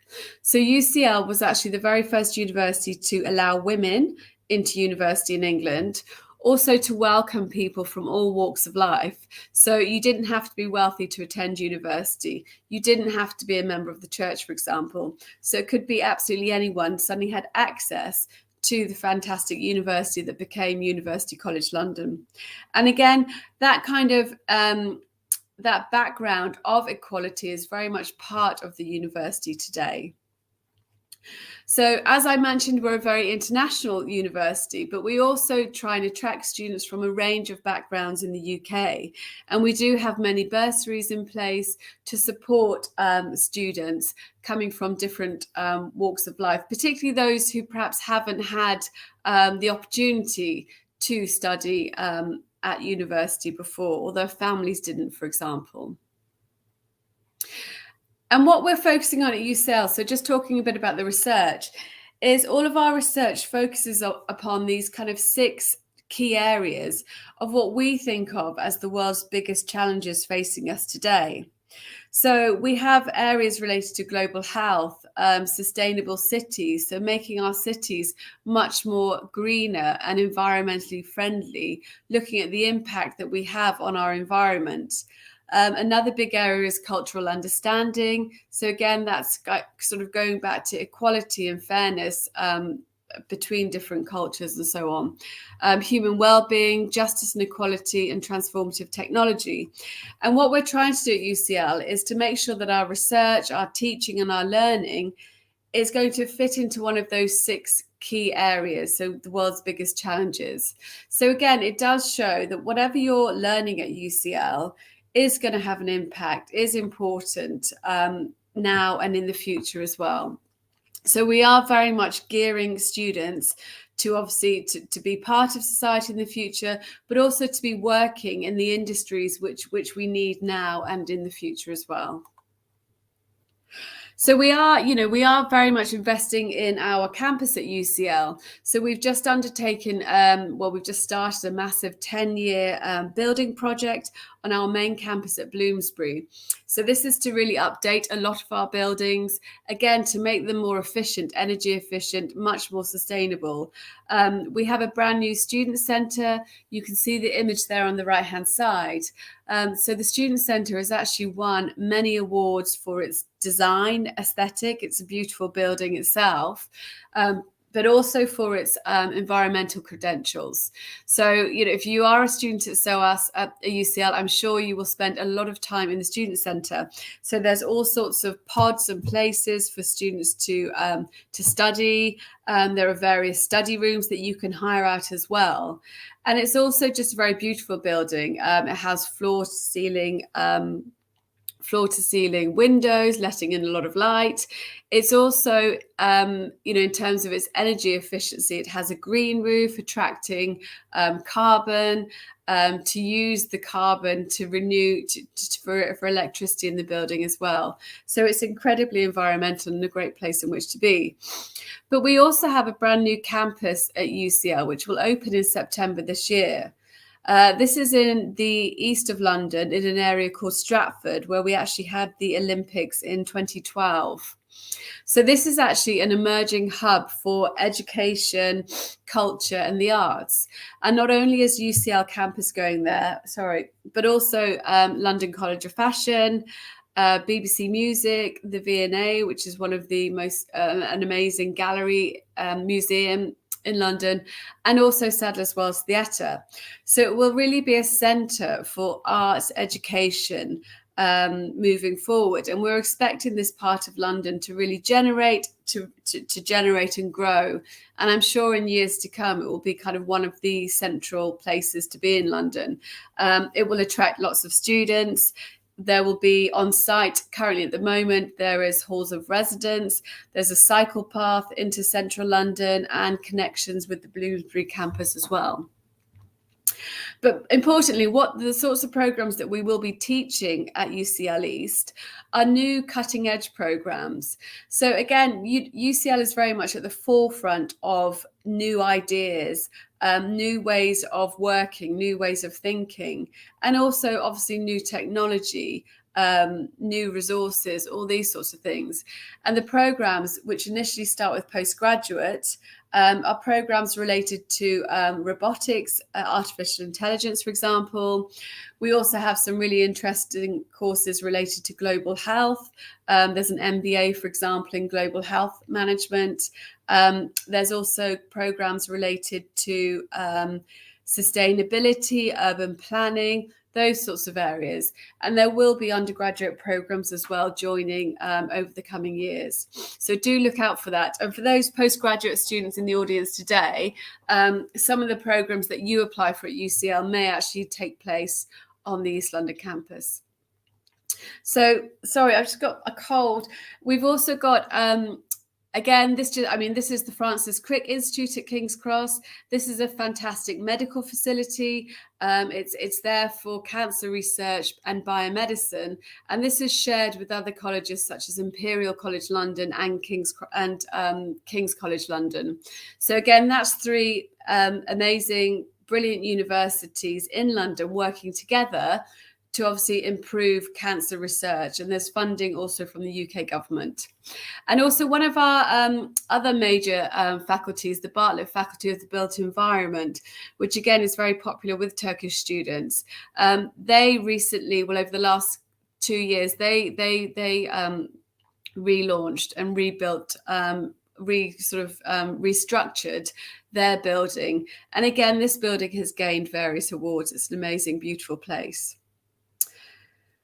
Also, we have sort of ambitious environmental targets at UCL. So we're planning on being entirely carbon neutral by 2024, to not have any single-use plastics on our campus.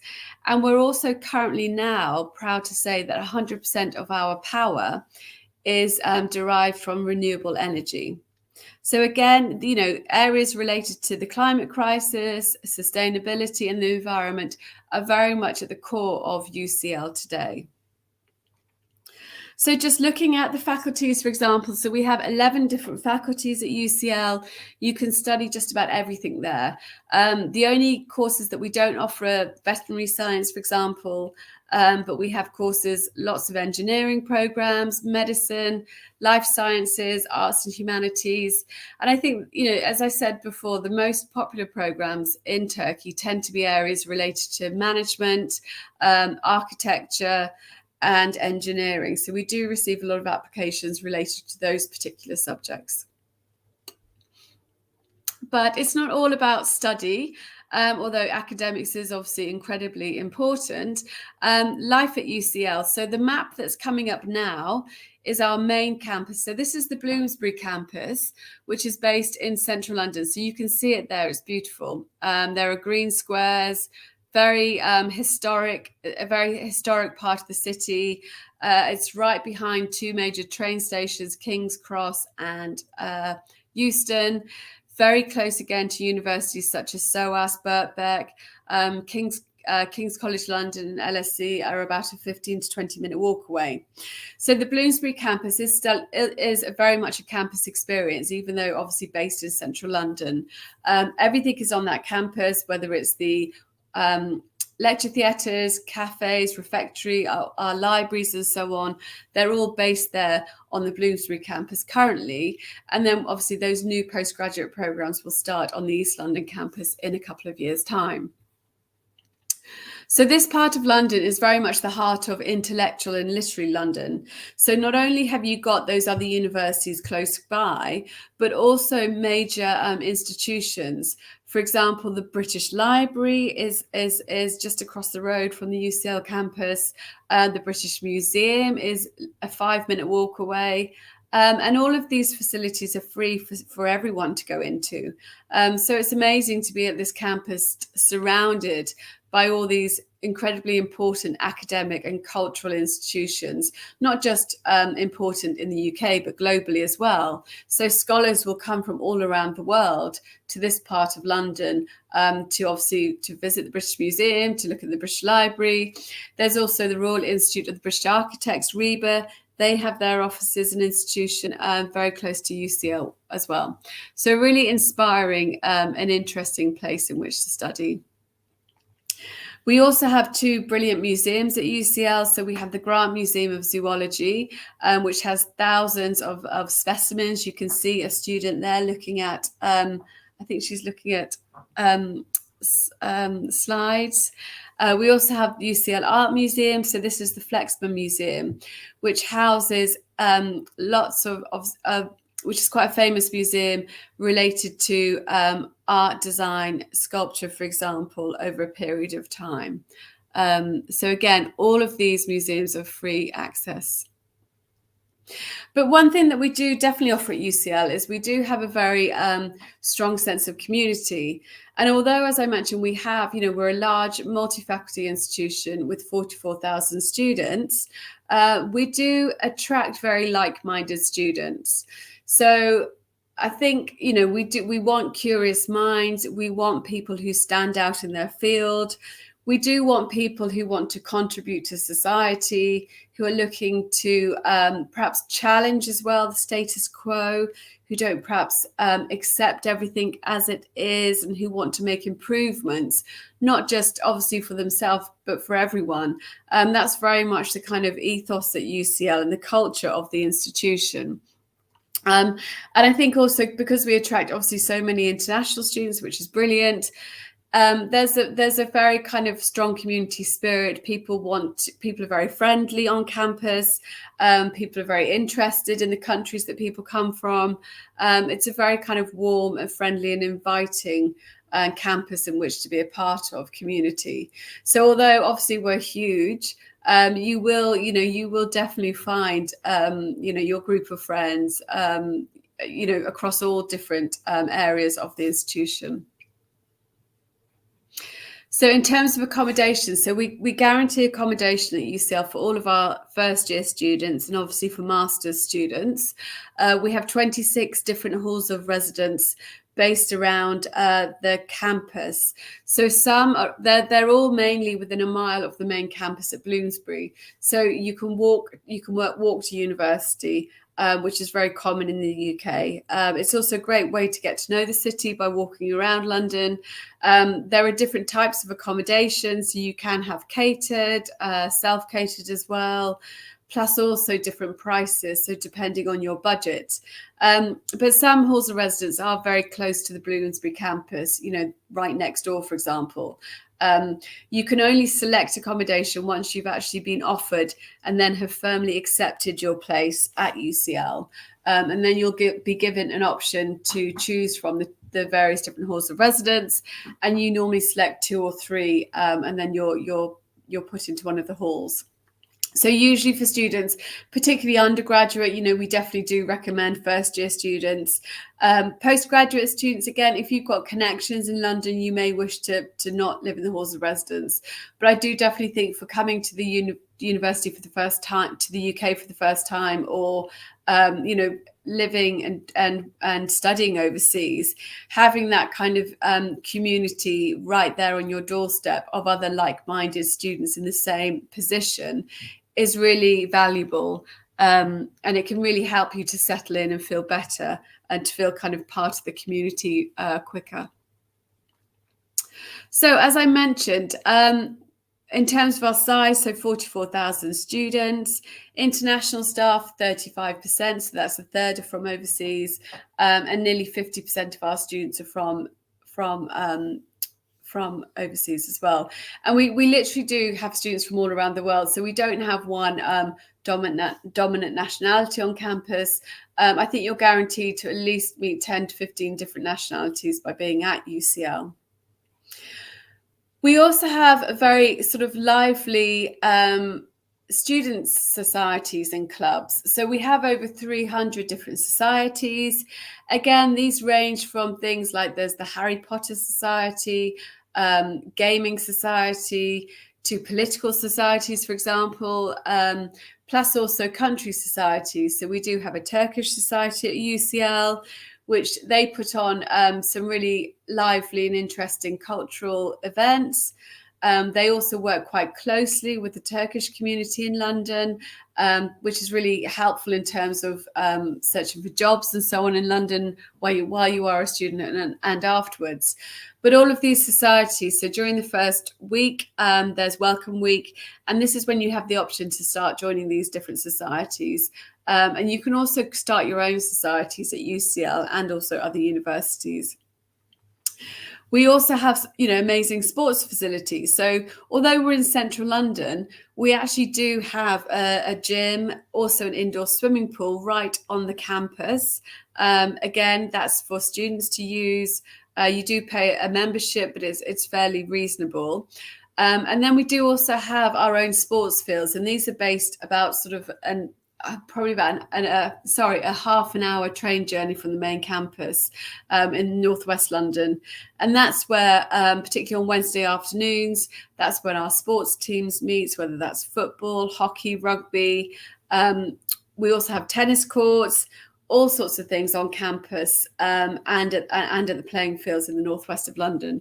So, some of the UCL teams are really good. I know, for example, the football team is meant to be doing very well at the moment. Others perhaps not so, but there's all sorts of activities that you can join. We do also, this is a very important part of mental health, well-being, keeping you healthy, to be involved in sports and physical activity. So we actually have, on Wednesday afternoons, we encourage all our students to actually take part in some kind of sports, and there aren't any lessons on Wednesday afternoons at UCL. You may also find that particular courses as well have their own sports teams. So I know the Medic Society, for example, they have their own sports teams. We also encourage students to kind of to think about the community that they're living in, and to to give something back. So we do want, we encourage our students to take part in voluntary work. And again, this can be found very easily in London, a city like London. We've had international students in particular taking part in work with refugees, particularly related to translation services. Other sorts of things students get involved in are Amnesty International, other areas, NGO, so non-government organisations in London that work with people in need. And this is, again, this sort of work, which I'm sure a lot of you have taken part in already. Again, it gives you, again, it's something that adds to your experience, but also it does help you in the future. You can put it on your CV. You learn so many skills by being kind of involved in the community, interacting with people, and starting to make you think about how the world does work and this perhaps inequalities and so on. So do kind of reach out for those sorts of organizations and be part of them. So the campus at UCL, it's obviously Wi-Fi connected. Our libraries are open 24/7. So we do have students going in and out of the campus at, 3 a.m., for example. And as I said, the student centre, that's one place where you do now see students just with their laptops studying wherever. So there's, we support all of this within our infrastructure. So just briefly a bit about London. So for those of you who have been to London, you'll know it's a fantastic international city. London is incredibly, it's similar to Istanbul. It's a big city, lots going on. And it's been really interesting the last couple of months, seeing it starting to come back to life again after the pandemic. I wouldn't say it's back to 100% to how it was before, but more and more people are now back working in the city, using office space, cafes and so on. So we are anticipating being back at UCL campus in 2022, fully back in person on campus. And we have been more or less this year as well. So we started 2021 with students coming onto our campus if they were able to get to the UK. Obviously, for some countries, it's still very difficult. But for those who can, then we do really want you back on campus, kind of making the most of being in London, for example. One other sort of area that we do, I think one of the main benefits about being in a city like London as well, is that it does launch your career. There's nowhere else quite like London in terms of what's there. So it really is very much the centre for areas relating to media, business, finance, law, for example. All these massive major international organisations tend to all be based in London. Whether that's a good thing or bad thing, that's just how the UK is set up. So to be a student in London, it does give you that kind of head start, almost, of that insight and confidence to perhaps think about staying on in the city afterwards, looking for work. And I'm really pleased now, obviously, to say that we have the 2-year post-study work visa. So all international students can remain in the UK afterwards, apply for the post-study work visa, and look for work. which is fantastic. And we're seeing more and more students to apply for that particular visa. But I do think by being in a city like London, you've already had access to some of those amazing organisations already by being a student. So in terms of the career service at UCL, so we have a really strong career service, part of the wider network of the University of London. We hold exhibitions throughout the year where employers will come and meet our students. And we tend to have more employers who want to come to UCL than we can actually facilitate. So, which is brilliant, which is good for us, because our students are so well sought after by a range of employees. So there will be careers fairs for particular areas such as law, for example, or biochemistry, sciences, and so on. We also run workshops related to CV writing workshops, interview training workshops, all those sorts of things. So we do really encourage you to seek out the career service when you are a student in London.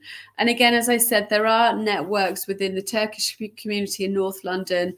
We're seeing some work done by our Turkish Society and kind of connecting the two together. We also recognise, obviously, that moving to the UK, starting university overseas, it's a big thing. It's a brand new chapter. It can be overwhelming. You can't expect it to all be like smooth sailing. And we do have brilliant student services in place to kind of support you, particularly in areas related to mental health, well-being, academic study as well. So there are kind of additional workshops that you can attend if you feel perhaps you're struggling, perhaps also struggling with language as well. So we do have a language centre at UCL where students can gain additional support, particularly related to academic English, for example. So we do recognise, this is a major, really important part of student life, to make sure that our students are healthy and well, physically and also mentally. And these services are all available, and they're all now housed within that student centre, which you can see there. So just briefly, a bit now about admissions. So as you're aware, UCL is popular. It's a competitive institution, but it's not impossible. For postgraduate students, for example, we last year we received just over 90,000 graduate applications last year, which was a lot. We're seeing more and more, our applications do rise each year, particularly undergraduate applications and also postgraduate. And I think that's probably an effect of the pandemic related to postgraduate, where more students are deciding to remain in education because the job market is difficult at the moment, I'd say. Okay, so but in terms of what we're looking for applicants from Turkey, is you would need to have a minimum GPA of 3.3 out of 4. For those degree programs that require a 2.2, which aren't very many actually at UCL, it would be 3.0. So the majority of programs are going to be a 3.3. And we do stick to that entry requirement. So UCL, because of the volume of applications we receive, we will have lots of applicants who already have 3.3, 3.7, 3.9, and so forth. So you need to definitely have that as a minimum entry requirement in order to be considered.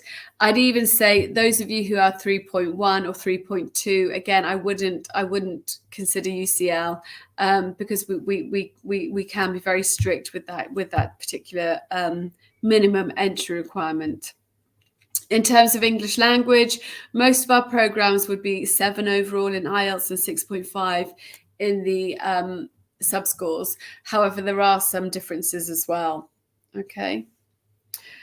So when you make the application to UCL, and this is quite similar to most universities in the UK, so this is obviously postgraduate students, you apply directly to the institution. So it's not like the undergraduate system where you apply through UCAS. You apply direct to the university. And we want you to include a personal statement, or a statement of purpose. And this is really your chance to connect with the admissions team. Most programs these days, they don't actually interview students. So it's really important to spend a lot of time on your personal statement. And this is, we want to know essentially, why do you want to study that program? Why that particular program at UCL? We want to sort of find out about you as a person, but keep it very much to the academic subject area.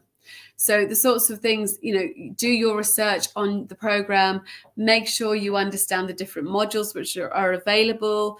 You might want to mention some of the modules that you're particularly interested in. You might want to talk about your undergraduate experience, how this has led you to want to study this particular subject area at postgraduate level. Work experience, if you have work experience, whether it's voluntary or paid employment, for example, and it's relevant, do include it here as well. And then, other sorts of things people sometimes do include are extracurricular activities. But again, at postgraduate level, this would be relevant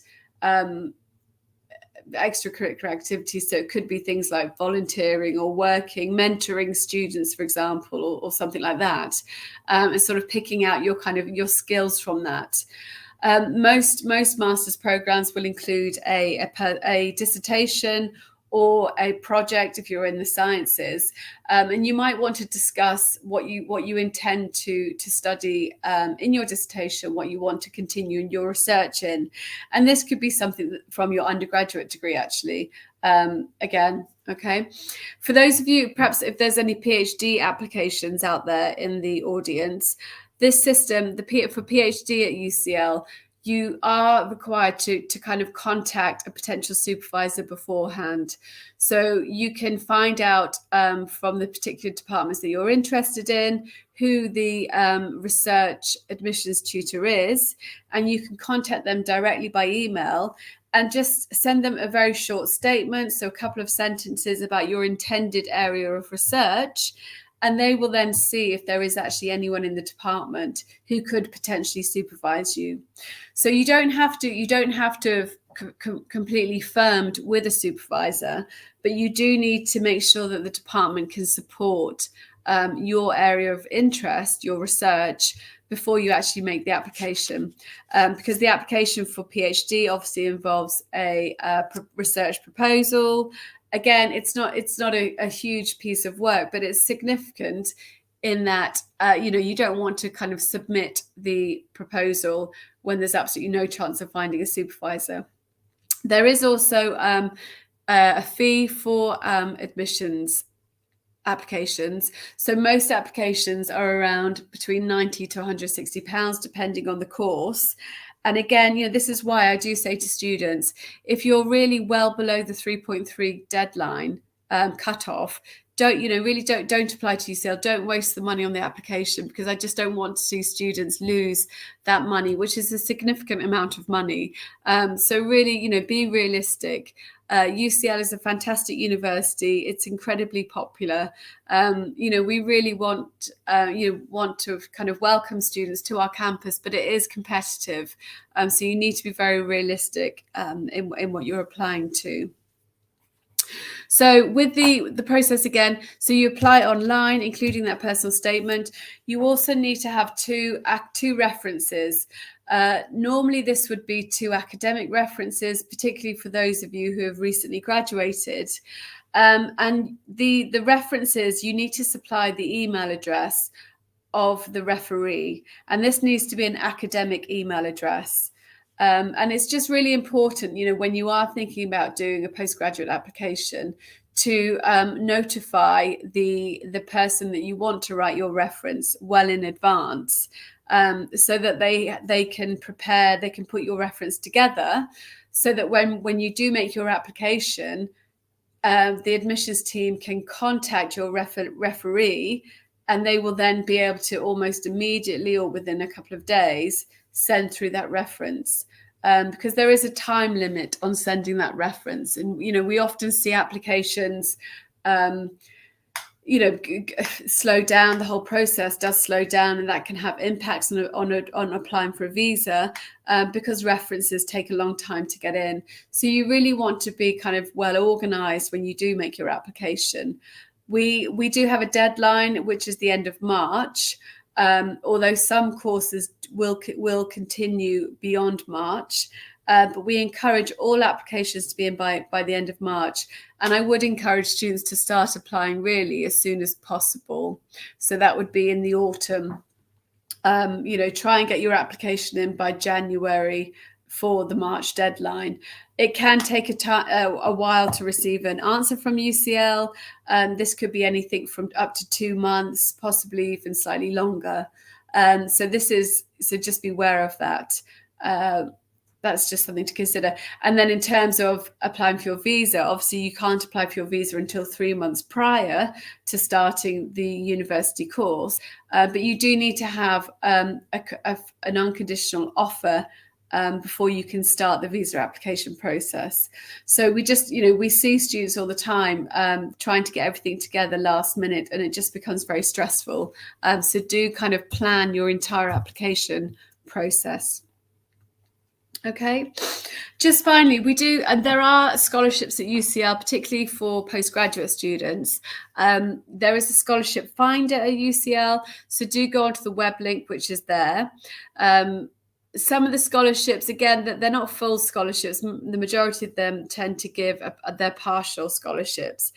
We also obviously welcome students with the MEB scholarship program. So from the Turkish Ministry of National Education. I think, last year, for example, we had 20 scholars coming through that organization at both postgraduate and also research level. And also the Jean Monnet Scholarship Programme. So, I really would encourage students to reach out to that programme. It's still in place for the UK, even though we're obviously not in the EU anymore. I'm actually meeting with the office when I go to Ankara the week after next. This scholarship, as you know, is fantastic. It's very well regarded. It gives you, you get pretty much everything paid for. It's a full paying scholarship. And we have had many applicants and successful Jean Monnet scholars coming to London, coming to UCL. And I think it's quite important to those new programs which are starting at UCL, they might fit into some of the chapters, the newer chapters within the Jean Monnet Scholarship program. So for those of you, if you think, you have a chance with Jean Monnet, please do apply. And then there's also the Achieving Scholarship, obviously, but from the British Embassy. So that might also be of interest. Just for those of you who are perhaps undergraduate students as well in the audience, we do have a brand new Undergraduate Global Scholarship, which is entirely for international students, and it's based on financial need. So again, what we're trying to do is to attract students who would struggle financially to attend UCL, but obviously have the ability, the brilliance to be offered a place at UCL. And we want to try and help those students. So we have 10 scholarships which are full funding. So they cover tuition fees, plus also living costs, visa, flights, and so forth. And then we also have 20 students which cover just the tuition fees. So any undergraduate students who you think you would fall into that category, do please consider that application scholarship. Okay, so just to keep in touch, so there's my email address there. So I'm the international officer for students from Turkey. I've been working in Turkey for many years, not just for UCL, but another university, SOAS, for example. So I'm very familiar with the Turkish education system, the different universities, schools, and so on. And as I said, I will be in Turkey next week, which is fantastic. So flying out on Tuesday, I'll be attending the SI UK fair on the Sunday. So, hopefully perhaps meet you there. It's often much easier to have face-to-face conversations. But if those of you in Ankara as well, perhaps visiting today, I will be holding counselling sessions in Ankara as well. So please do email me if any of you would like to meet with me when I'm in Turkey over the next couple of days. Okay, so I'm going to leave it there. Do feel free to come and ask me questions back on the stand. And thank you very much for your time.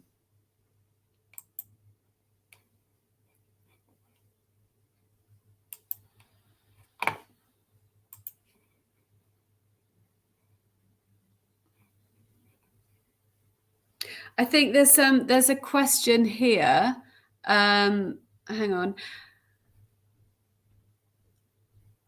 Are there any questions in the chat? If anyone does have any questions, please do write them in the chat, or feel free to, just to raise your hand or just to speak out.